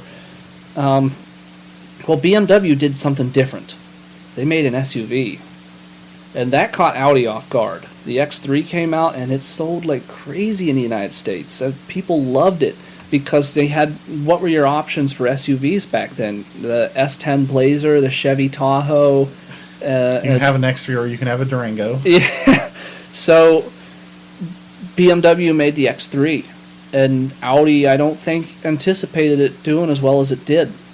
And so the way I figure is they looked at the A6, which was kind of the big upstate wagon, the big one that families used, and they said, what is it that Americans like about it? What does an SUV do? And they took it literally, sport utility vehicle that can off-road. Off-road. Americans want to drive off-road. We'll put a highly complicated air suspension into it that raises it up 6 inches off the ground at the press of a button. And it didn't go anywhere. But Audi is so defiant over it that they still make the all-road. And it's coming back to the States. The wagon, it's back. 2021, you can get the all-road, and it does the same thing. Air suspension and all. The A6, now they brought the all-road A4 back, which had a lift kit on it and body ground effects. We call it the small road. But the C5 2001 to 2005, it's just such a weird car that I had to have it. Adjustable suspension and able to corner and handle. It can handle pretty well. And the twin turbo motor, it's just such a bizarre car. Yeah, which is what makes it not just a Passat. Yeah. Well, because like my whole perception on Audi is that these are just fancy Passats or Volkswagens. fancy Jetta, fancy VW. I have to stop you right there. The A6 is not related to Volkswagen at all. The A4 is a Passat. So the A4 shares the commonality, and the A4 wagon is a B platform, yes. That's why you get the B5 S4, the B5 wagon, and A4. But the C chassis is completely different. This C5 A6 is Audi only. The 2.7T, Audi only. I mean, Volkswagen I think they put it in the... No, I don't think they used a twin-turbo V6 in the Passats, did they? I'm not aware of any 1.8 twin-turbo anything Volkswagen's done. Yeah, that was a Audi. I'm sure I'm wrong, but certainly not in any cars. They also put V8s in the in the all-road, and it was the timing belt model. Everyone says they got timing change, but these ones they had timing belts. The 4.2 all-roads are generally seen as more reliable, but a bulletproof Audi like the one I have, you have to swap a 6-speed into it. And do a couple other things, but now, I mean, my Audi runs no problem. I just don't drive it. I'm actually looking at selling it because it's just sitting around, and it's in such good condition that the seats aren't ripped, the interior is great, everything works. I don't use it. Oh, that's a shame. Yeah, well, and it's a great highway car. Put it in 6th gear, and I mean, it's got power. Once the boost is on, you can accelerate up a hill in 6th gear. You can go 140 mile an hour in 6th gear. Do whatever you want. It's a good little car, big car. I think it weighs as much as my Suburban. So my old Suburban, my GMT 400, the Audi weighs 4,800 pounds. I think this GMT 400 Suburban is like 5,300 pounds. So yeah, not a light car. So that brings us back to rounding it out to the Suburbans. Yeah. My brother hates me because I went and bought the Suburban because he had one, and he's like, well, haha, I got my unique project car. Well, he's got a 22R powered Toyota pickup, the Jihad truck. We call it shitty truck. But he bought it for $500 and slapped some parts into it and used the fuel that was still in the tank for like 13 years. Drove it around. So that's his little unique truck. But I was looking, every time I go out to the West Coast, on these, well, when I'm doing flight work out here, for our clients, I hate flying commercial. It's the worst thing in the world. When you fly on a 747 and you have your own bunk, so our airline, they have the 747s all have crew bunks. That's just a known thing. Up in the upper hump, right behind the cockpit, is a crew bunk. I don't want to cut you off. Yeah. I'm sorry. I'm gonna have to like cut out the last probably 30 seconds. Do you want to restart? Okay. Reset what you're saying without getting in it, because I'm not sure what's getting. I don't know what. Oh, whatever I'm saying I'm allowed to talk about. Yeah. When I'm flying. When you're flying to the West Coast. Yeah, I hate flying commercial because everyone knows the cargo plane that I'm on, the 747, it has a crew bunks behind the cockpit. And our airline, because we carry flight engineers, flight maintenance engineers, what we call them, that's what I am, we have to have crew rest minimums too. So they put bunks in the main deck, well, not the main deck, but the upper deck passenger area. Mm-hmm. And so I can just sleep when I want, I can walk around, I can eat when I want, I can watch a movie. And you get on you're used to this, and then you get on a commercial aircraft, and it's like, sir, please don't lean back. Sir, please keep your feet in the aisle or out of the aisle. Sir, please don't sleep. You know, it's like, what is going on, man? I just want to pee. You know, the fasten seatbelt lights on. You can't use the bathroom. So I hate it. I will buy a car and drive across the country rather than fly, and that's what I do. Yeah, I'm the same way, man. Yeah, the last time I was out here for a long stay, my friend Fleet flew out. We got a Mini Cooper and drove it across the country. I've been looking for cool cars since. I almost bought a Volkswagen when I was here. It was a yellow one. It was used in the commercial. Oh yeah. I remember it was on Turo. Yeah, it was on Turo, and the guy was selling it for like $7,000, and I was like, I might just buy that. That'd be a car to drive back to West Virginia. Yeah, and let it rust to bits. I sold a 68 to a girl who, she lives in Pennsylvania. She flew out and drove it back to Pennsylvania. And her husband, or boyfriend, or whatever. Yeah, that was dedication. Yeah, I mean, it's like we have like 5 days to make it back. I'm like, well, you came out here with a deadline. Yeah, I don't have a deadline. I got 10 days to get home, and I can do it. I know I can do it in 3, but we're on day 2 right now, and I plan on being in Denver by day 4 and Nebraska by day 5. So we're really wasting time here. I don't care. But yeah, doing that in a Volkswagen is.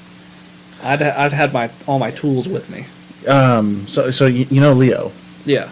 Yeah. Leo's he's been trying for years. I should fly out there. I've told him for years I should fly out to him. He's flown out here for various things. Yeah. And he's still got his first car sitting in Pennsylvania.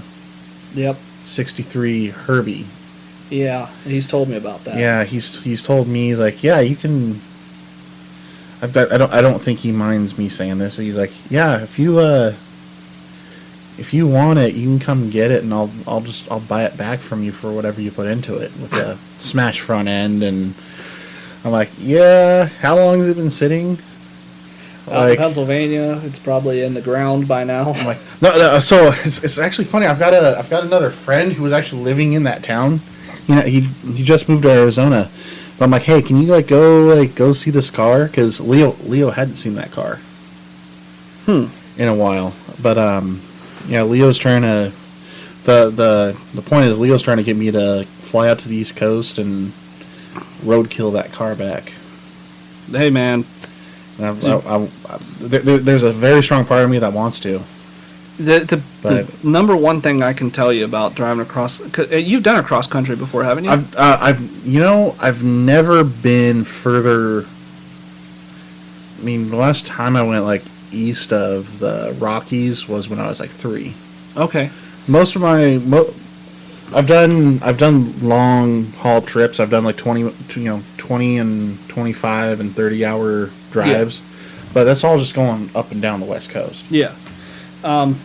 I've been kind of getting into the cannonballing stuff. I was into it before VinWiki made it. I was learning about it, and I knew who Ed Bullion was, and then I saw he was doing VinWiki, and I was like, oh, okay. But the number one thing I can tell anyone is, like, just have people to support you along the way. Like, me, because I work for an airline, there's pilots all over the place. And they're all like, "Oh, hell yeah, man! Well, you're coming through. Just stop by." Yeah, I got.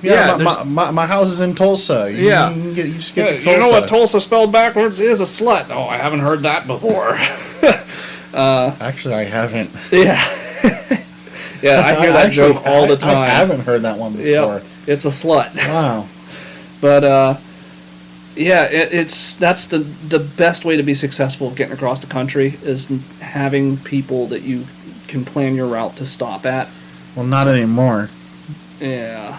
No, the only way to smash that record is to go rent a Mustang. Yeah, dude, I love that. Because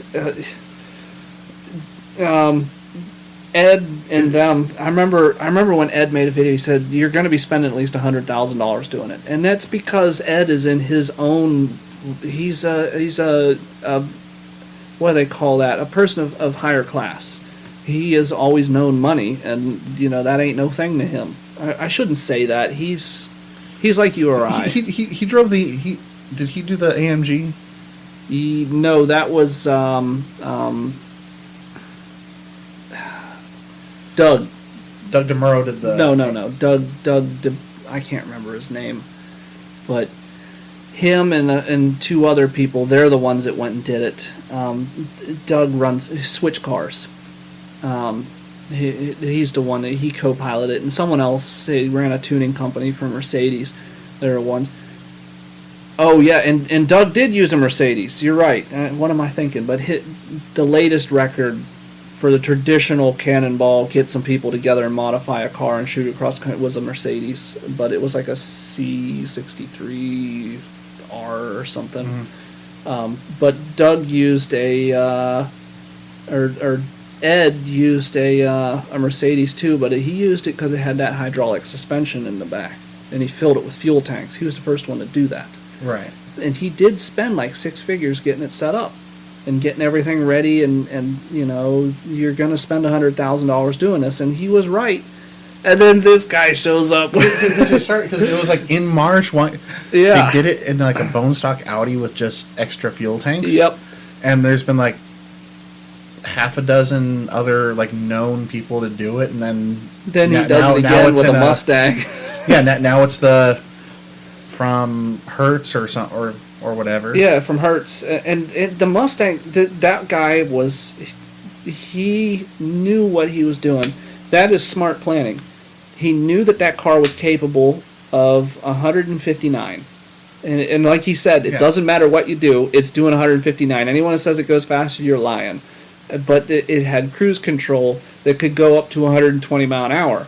So what he did was he set the cruise control at 120 mile an hour and kept his foot on it, and when he got lazy and started to slow down, the cruise control would kick in, and hold it. You couldn't go below 120. So it was good planning. It was a good car to do that with. The Mustang is just a good car for flat out running, and so that was good planning. Mm-hmm. And a great idea. I've thought about before using the Audi Allroad and putting fuel tanks in the back because it has a self-leveling suspension, and doing that, folding the seats down and just putting a big fuel tank in the back, 2 people and gunning it, but the Audi will overheat. It's got those turbochargers. It runs hot. It can only hold. I know it can only hold 120 for about 10 miles. I won't say where I did that at, but or when the statute of limitations is long gone. But it starts to overheat at one point. Yeah, it will overheat, and it will do every bit of 160 if you want it to. It'll max the speedometer out, but it'll overheat, and probably throw its cooling fan through the like typical Audi stuff. Well, that was the other thing. That was the other great thing about doing it with the rental cars. Like what was the term of the rental? Probably like 2 weeks. I think he said it was like $2,000 for the car rental. That's nothing. Yeah. He said that's what's great is you can go get this car, and if you crash it, whatever. If you get arrested, it gets impounded, whatever. You paid that $40 for the. And I remember him saying that the scariest thing for him, everything was perfect until, and I didn't know this when you enter California. The ag check. Yeah, I didn't know about that. And so he enters and he's got fuel tanks in there, and they're like, "What are you doing?" Oh, those guys they're all minimum wage. Yeah, he said, "Oh, I'm transferring some stuff for work. Work from home. I'm getting some stuff to the office." And oh, you're good to go, sir. And he said he had this Civic in front of him that was torn apart. They don't check. They don't. I don't know about the one coming in from Arizona. I would understand if they have a different attitude than the guys at the stands if you're coming in from Oregon. In Oregon, it's just, you have any fruit or vegetables? Yep. Nope. Have a good day. Yeah, flying, I'm used to that. And the United States is one of the weirdest states. Now China does some weird stuff too. So China, you have to bug bomb the aircraft if you're coming from the United States or India. Now India, I feel that's just them being, their feud with India. Right. Yeah, they're dirty to bug bomb the aircraft, but it does make sense coming from the United States. We have different plants and bugs and stuff. But anywhere else in the world I land and they're just like, oh, welcome to Europe, welcome to India, welcome to, it's just, they don't care. You throw your trash out. You come in the United States, Customs and Border Protection come aboard. They open your galley. They inspect your aircraft. They look for foreign nationals. They'll go through your whole aircraft sometimes. Florida, especially in Miami, you don't open the door. They have to. Oh. And yeah, you cannot open that door until they do, and you cannot leave until they've searched the aircraft. And the food must be bagged in a red bag and zip-tied shut with a sticker that says hazardous material. Well, regulated garbage. But for food waste, or if you're just bringing back like anything, any food. I mean, cargo is another thing. But yeah, waste food, anything in a galley must be thrown away, even if it left the United States and came back. I remember I had a gallon of concentrated lemonade. They made me throw it out. It was just simply lemonade. Well, shit! I can't ask you to bring those some Volkswagen sausage back. Yeah, well, from Germany. Yeah, we're not supposed to smuggle anything, and I'm going to tell you that I don't do it. No. No, it's pretty thorough. But there are rules. As long as things are bottled and it's for personal use, they don't care. So, like beer, I bring beer back all the time. I like Erdinger from Hefeweizen from Germany. It's good stuff. I bring that back. They look right at it. They say, "Do you have anything to declare?" And I point at the box of beer, and they're just like, "We don't care." Cigars. We have a Russian that works in our company. He came back from Cuba, and anything to declare? Yeah, 40 Cuban cigars. And they look at him. He's like, "It's for personal use." And they're like, "Oh, okay, whatever." So would you be able to get away with some sausage? Yeah, I could. Yeah, as long as it's sealed up. If it's sealed and not opened, I just declare it, and they look at it, and usually they don't even care. There's a statute. Every state's different with their border protection. how they run things, but there is a code of. I would be willing to fund, for research purposes, Bringing importing back some some bratwurst. Volkswagen Currywurst. Oh, did they make that It is the most popular Volkswagen part in the world. currywurst? Yes. Next You're time- looking at me like I'm bullshitting you. I'm not bullshitting you. No, and I fly a Yellowtail 747. That means I fly for DHL, and I'll look there next time I'm in Leipzig. I'll look it up. Because they make it and they sell it.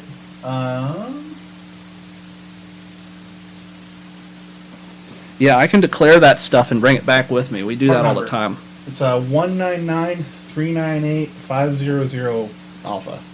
I'll look in Etika or Aldi and see if I can get it. Because I've been able to import the noodle. They have a bully noodle and goof noodle. Little pastas that look like buses or golfs. Yeah. But the USDA regulations are Volkswagen can't bring in meat Yeah, products. you can't sell. That's one of the things I have to look into. Which, I said they don't care, but there are certain things. If you bring it in for personal use, it's fine. And if I give it to you, and we're not. I'm not talking about doing this for selling it. commercial purposes. Yeah. I would just Yeah, like they to catch have on to a that. package of a currywurst. because we always have the same people, so they know when I'm exporting. Like I brought in Audi parts before, like hitches and stuff for my all road, and I brought back a couple extras once. They said, "Are you selling this stuff?" And I was like, "No," and they said, "Well, we don't want to see it again." Well, okay, so yeah. It's up to their discretion. Sure. It seems there are rules, and the rules are made up. Nothing matters. But yeah, I'll see if I can bring some in next time I'm in Leipzig. Let the handler know, because we're Leipzig Halle Airport is right next to Porsche, and as you can go look on like Car and Driver and stuff, my aircraft is in a magazine because Porsche hired us to bring. And I can talk about this. This Porsche is very all right about this. I would say, and I'll cut this out if I have to. Matt Farah's starting a car storage business. Yeah. Down in Santa Monica. Huh. For the longest time, all his Facebook ads were a picture of a Porsche 911 and one of your company's planes with the big logo on the side. So it was like a red. It was like a new red 991. Yep. That one, I missed getting to meet Matt Farah. I was supposed to go get him. So we were told, clean the aircraft up. You're not going to be taking a standard load. You're going to have couriers. Now, they chose my aircraft specifically because they know we have a good track record. We're reliable. We don't break down. So they picked me specifically to go do this. And these people start walking up on the aircraft, and they're people my age. They're interesting looking people. They're very clean cut. Sure. These are journalists, not mechanics. These are journalists. A different breed of a different breed of person. And I was a little hesitant because I know some more famous journalists can be real pieces of crap. But then I recognized one of them. It was J.F. Musil, the guy that started the Drive Network on YouTube. And he is now a communications and multimedia executive with Porsche. So he set this all up. Along with that, we had Ben Su, who had run Japanese Nostalgia Car on Instagram, Kevin McCauley, and Rob Sass, who is the editor for Porsche Panorama. And all of them came on board. And they were great people, and it was a great story. I know Kevin McCauley. He runs New for 96, his podcast. They were talking about this too. They were talking about me and flying around, and it was great. The whole 8 hours home, they're up in the cockpit talking to the captain. We're back here and showing pictures of Tail of the Dragon. I'm showing them, and because they're going to go drive it in these new Porsches. And so we brought these new Porsches in. And they unloaded at Cincinnati, and they left. And I still talk with them on Instagram. Me and Kevin talk a lot. JF has been busy. Especially with this COVID stuff, it's been rough. But we still stay in contact. And I was going to turn around and go get Matt Farah. And then my supervisor looked at my plane and said, "You're not flying." I said, "Why?" "Because that looks like it's going to come apart." And I was like, "Huh?" Cargo aircraft get the crap beat out of them. And there's, within the letter of the law, I'm good at keeping my plane at the letter of the law, but yeah, the wing gear door was kind of split a little bit. And I was like, yeah, that's fine, but he wasn't taking any chances. Sure. So, excuse me, sorry. There's a lot of stuff with the 747. That's the other thing. You gotta, when we talk about project cars, my 7.4 is a project car on its own. It's great because there's always something that needs fixed. But yeah, they sent 744 to go get Matt Farah, and my aircraft had to go into repair, and I was kicking myself. But at the same time, I've seen Matt Farah several times, but I've actually interacted with him because he thought the Comanche had a V8. Whoops. Sounds like it. It did. It was when my when I bought it, it had a hole in the muffler. So I chopped it off, took the cat off, welded a new 2.5-inch pipe to the flange, so it still bolts up at the front. Then put a glass pack on it with a U-clamp or C-clamp. Yeah. And that came off the day I went up to the Snake, and Matt Farah was test driving this is 2015, so that the new Viper was just new Fiat Viper had just come out. Yeah. I was hoping. He was like, "Is that a V8? Sorry to disappoint you. It's running on 5 cylinders, and my glass pack fell off." He probably turned around and walked away. He did.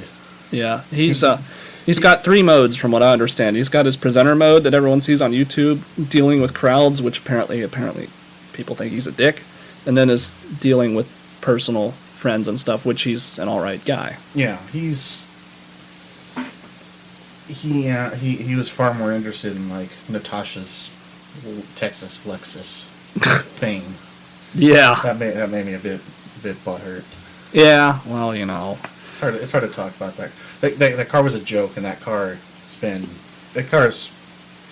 happy for Natasha. You know which car I'm talking about. I've heard about it.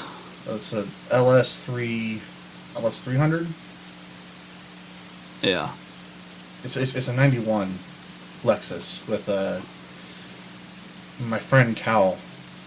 Cal and Natasha, they've since broken up, but they were together for a while. She got the car from her cousin for really cheap, and he was like, for a joke, let's cut the fenders and put Jeep tires on it. And then she went and got a Ivan Iron Man Stewart livery on the car, and now the car is like famous. Amazing how that works. Matt Farah's he was all geeking out about that car. I'm like, that car does not deserve anything. That car, the car is built as a joke, and as a joke, it's fine. It still drives fine. It's great. She will not take it off road. Yep. She won't take it. She won't do anything other than like the lightest trail riding in that car. And it's like, yeah, I get it, because there's something about the ball joints for 91 in particular, like you can't strengthen them. There's some sort of modification that they wanted to do, and I talked to the guy who was going to do it for them. He's like, yeah, you can't do this on a 91. Yep. In the front suspension, so that car is. Matt Farah was like all geeking out about that car, and like, oh, this is like the coolest shit, and it's so great. And I was like, well, no. Yeah, it's just the sort of. I hate to talk down on Matt, but that seems to be what people, when they describe him, it's just like, God, yeah, he was a disappointment in person. I'm like, oh, okay. Nothing like Jay. Jay's great in person. Oh yeah, I will vouch for Jay Leno. I've heard all sorts of people talk shit about Jay Leno. Jay Leno came up. We were at Supercar Sunday. It was me, my girlfriend, and Cody Belichewski. Yeah. I had just put a 7076 in my black and white Beetle. Yeah. Nothing special about that car. That car does not deserve. That car did not. You want to check it out. Jay Leno came up to us and started asking me about my Super Beetle. Yeah. Jay Leno doesn't even talk about Beetles on his show. Yeah. But he came up to talk to me about my Beetle. Yeah, he's a good dude. I really want to get the Syclone out here on a day that he's out and just go by and like blow my turbocharger off at him. It's like, because I'm going, because he owns two of them. The same girl, Natasha. Yeah. George is her uncle. Yeah. The head mechanic at Big Dog Garage. Yeah. Okay. Neat. We've got ways in. I just haven't exploited them yet. Yeah, that's. I've had a couple people say, I can introduce you to this person. I'm like, yeah, let's not. Not until I have something really cool. Mm-hmm. But the Syclone's cool enough. Yeah, I tried with the 69 bug last year, and this was at the Peterson at Adam Carolla's whatever show. I parked my bug with the Safari window next to a bunch of Porsches, and Jay. I was all prepared to be like, this is going to be my pitch to Jay to like see if hey, you put my buddy Mario with his rotary bug on the show. Do you want to talk about? It didn't happen. Yeah. I'm actually kind of glad it didn't happen that day. Yeah, every time I've tried to position myself into something like that, it always fails. And so, that, like, me being on the show, it just worked out. You have to, especially someone with that much prominence, you have to come correct. Yep, it just happens. That's getting on Ab Talk, talking about my job with a flight podcast, it just happened. Mm-hmm. And that's just, they just find you. So that's the way I've learned all this stuff. So I kind of just go cruise around, and people are like, hey man, I like your car, let's talk about it. And then, it just happens that Jay Leno's nearby, and that's how it happens, man. Well, you might take a couple passes up Buena Vista, but that's where my dad still hasn't met him, but every time my dad comes down, we end up seeing Jay somewhere. Yeah. I picked up, so the 68 bug I just picked up from my friend Finn. He lives on Buena Vista Street. Yeah. As we're pulling parts out of Finn's backyard, here comes Jay Leno in one of his, it's like a red or something, or it was something from the thing. 30s. It looked like an old Mercedes from mechanical. It was something. It was just, here comes Jay, and he just drives by, and my dad's like, every time we just see him. Welcome to L.A. You'd think I'd see more famous people. The only famous person I saw was Quentin Tarantino. I was driving from El Segundo going to the airport, and I didn't even know it was him. The driver of my vehicle, he's like, oh, hey, look, it's Quentin Tarantino. And I look, and I just see him sitting there, like, in this convertible Fleetwood. He's just like, okay, welcome to L.A. And I think that was when Once Upon a Time in Hollywood was being filmed. And so he was out here, because I think he lives in Chicago. I can't remember. But, yeah, he was out here. Just, hanging out. Yeah, we don't see famous people around here. No, none of them live here. Not in the valley, anyway. Yeah. You know what another cool guy is? Who? Danny Trejo. Yeah? You know who I'm talking about? No. Machete. Okay. And he was in a Slayer music video. Okay. And he played the uncle in Spy Kids. Yeah, now I know who you're talking about. Yeah, real sort of rough face. Yeah. Mexican actor. He comes out to all of the lowrider shows out here in the valley, and he's got his restaurant. He's got his Trejo's Donuts, and then he's got a taco restaurant. He's got a couple taco shops. But he comes out. He's one of those guys that he made a whole lot of money, and he comes out and supports all the car shows. Which is really awesome. Cool. Yeah, that's good. The lowriders, that's something that, like, people don't know about. I really like those. And they're coming back. Yeah, they're coming back. We still have once a month Van Nuys Cruise Night. Nice. Like Yeah. the Imperials are Yeah. still around from the 60s. The original Imperials are coming back out with their cars. I'm trying to get Randy to come down. Randy won't. That'd be cool. You know, now you mentioned the cruising. When I was up buying a Suburban, I had to. I went over to Modesto and into Sierras, I think is what it's called. Saris. Anyway, it's where American Graffiti was filmed. Mhm. And there's a little statue of you know, a guy leaning next to a Buick with a kid. But man, I'll tell you, all over the place there are signs, absolutely no cruising, $400 fine. And it's like, what constitutes cruising? And my friend that was driving me around, he's like, just being here. You better not come back. I don't know about down here, but up in Oregon, cruising is driving on the same street without commercial or personal purpose more than 3 times in a 6-hour period. This is what I tell people, that West Virginia is awesome because, like, our antique plates, they say, must not be driven on any weekday. You can only drive your car, an antique registered car, starting at 12 o'clock p.m. Friday and ending 12 o'clock a.m. Monday. But they put a clause in there, testing and tuning purposes. And that's all it says, except may be driven for testing and tuning purposes. Oh. So I can just drive it whenever I want.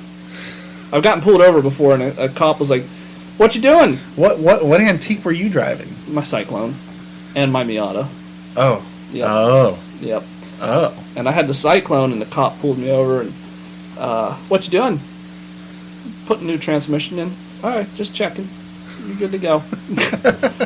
I tell you, my girlfriend, she's Indian, and she got pulled over going down the highway at 90 mile an hour. She's a lead foot, and she's like, "Is that a cop?" And I was like, "What?" And she said, "Is that flashing lights is a cop, right?" And I said, "Yeah." She got pulled over by Maryland State Patrol. That was, you know, and the cop knew it was a Syclone. He's like, "Yeah, I'll tell you, that's the first thing I saw was a Syclone going fast on the highway."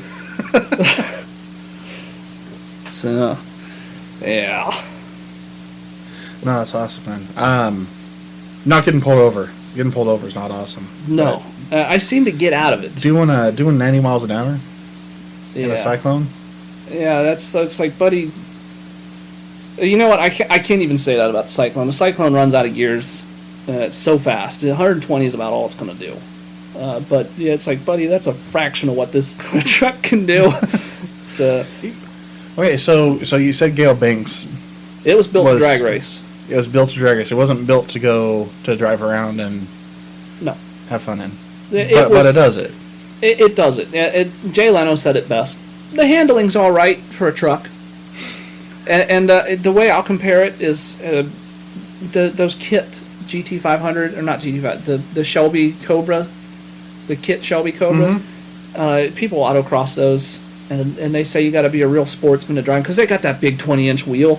You know, you really got to take a couple chops at it to turn it, and it's like that. It's got a big wheel in it, and the car is really plushy and squishy suspension. Similarly designed Toyota pickup. It has the same torsion beam suspension. It rated for the same weight as an S10. They're about the same size as an S10. The S10 weighs a little more, but the Toyota truck handles way better, because the Syclone is meant to hook up and go. And when I step on the gas, the back end just sinks down and it rockets off. I mean, it does all but pop a wheelie. And the front end lifts up and it goes.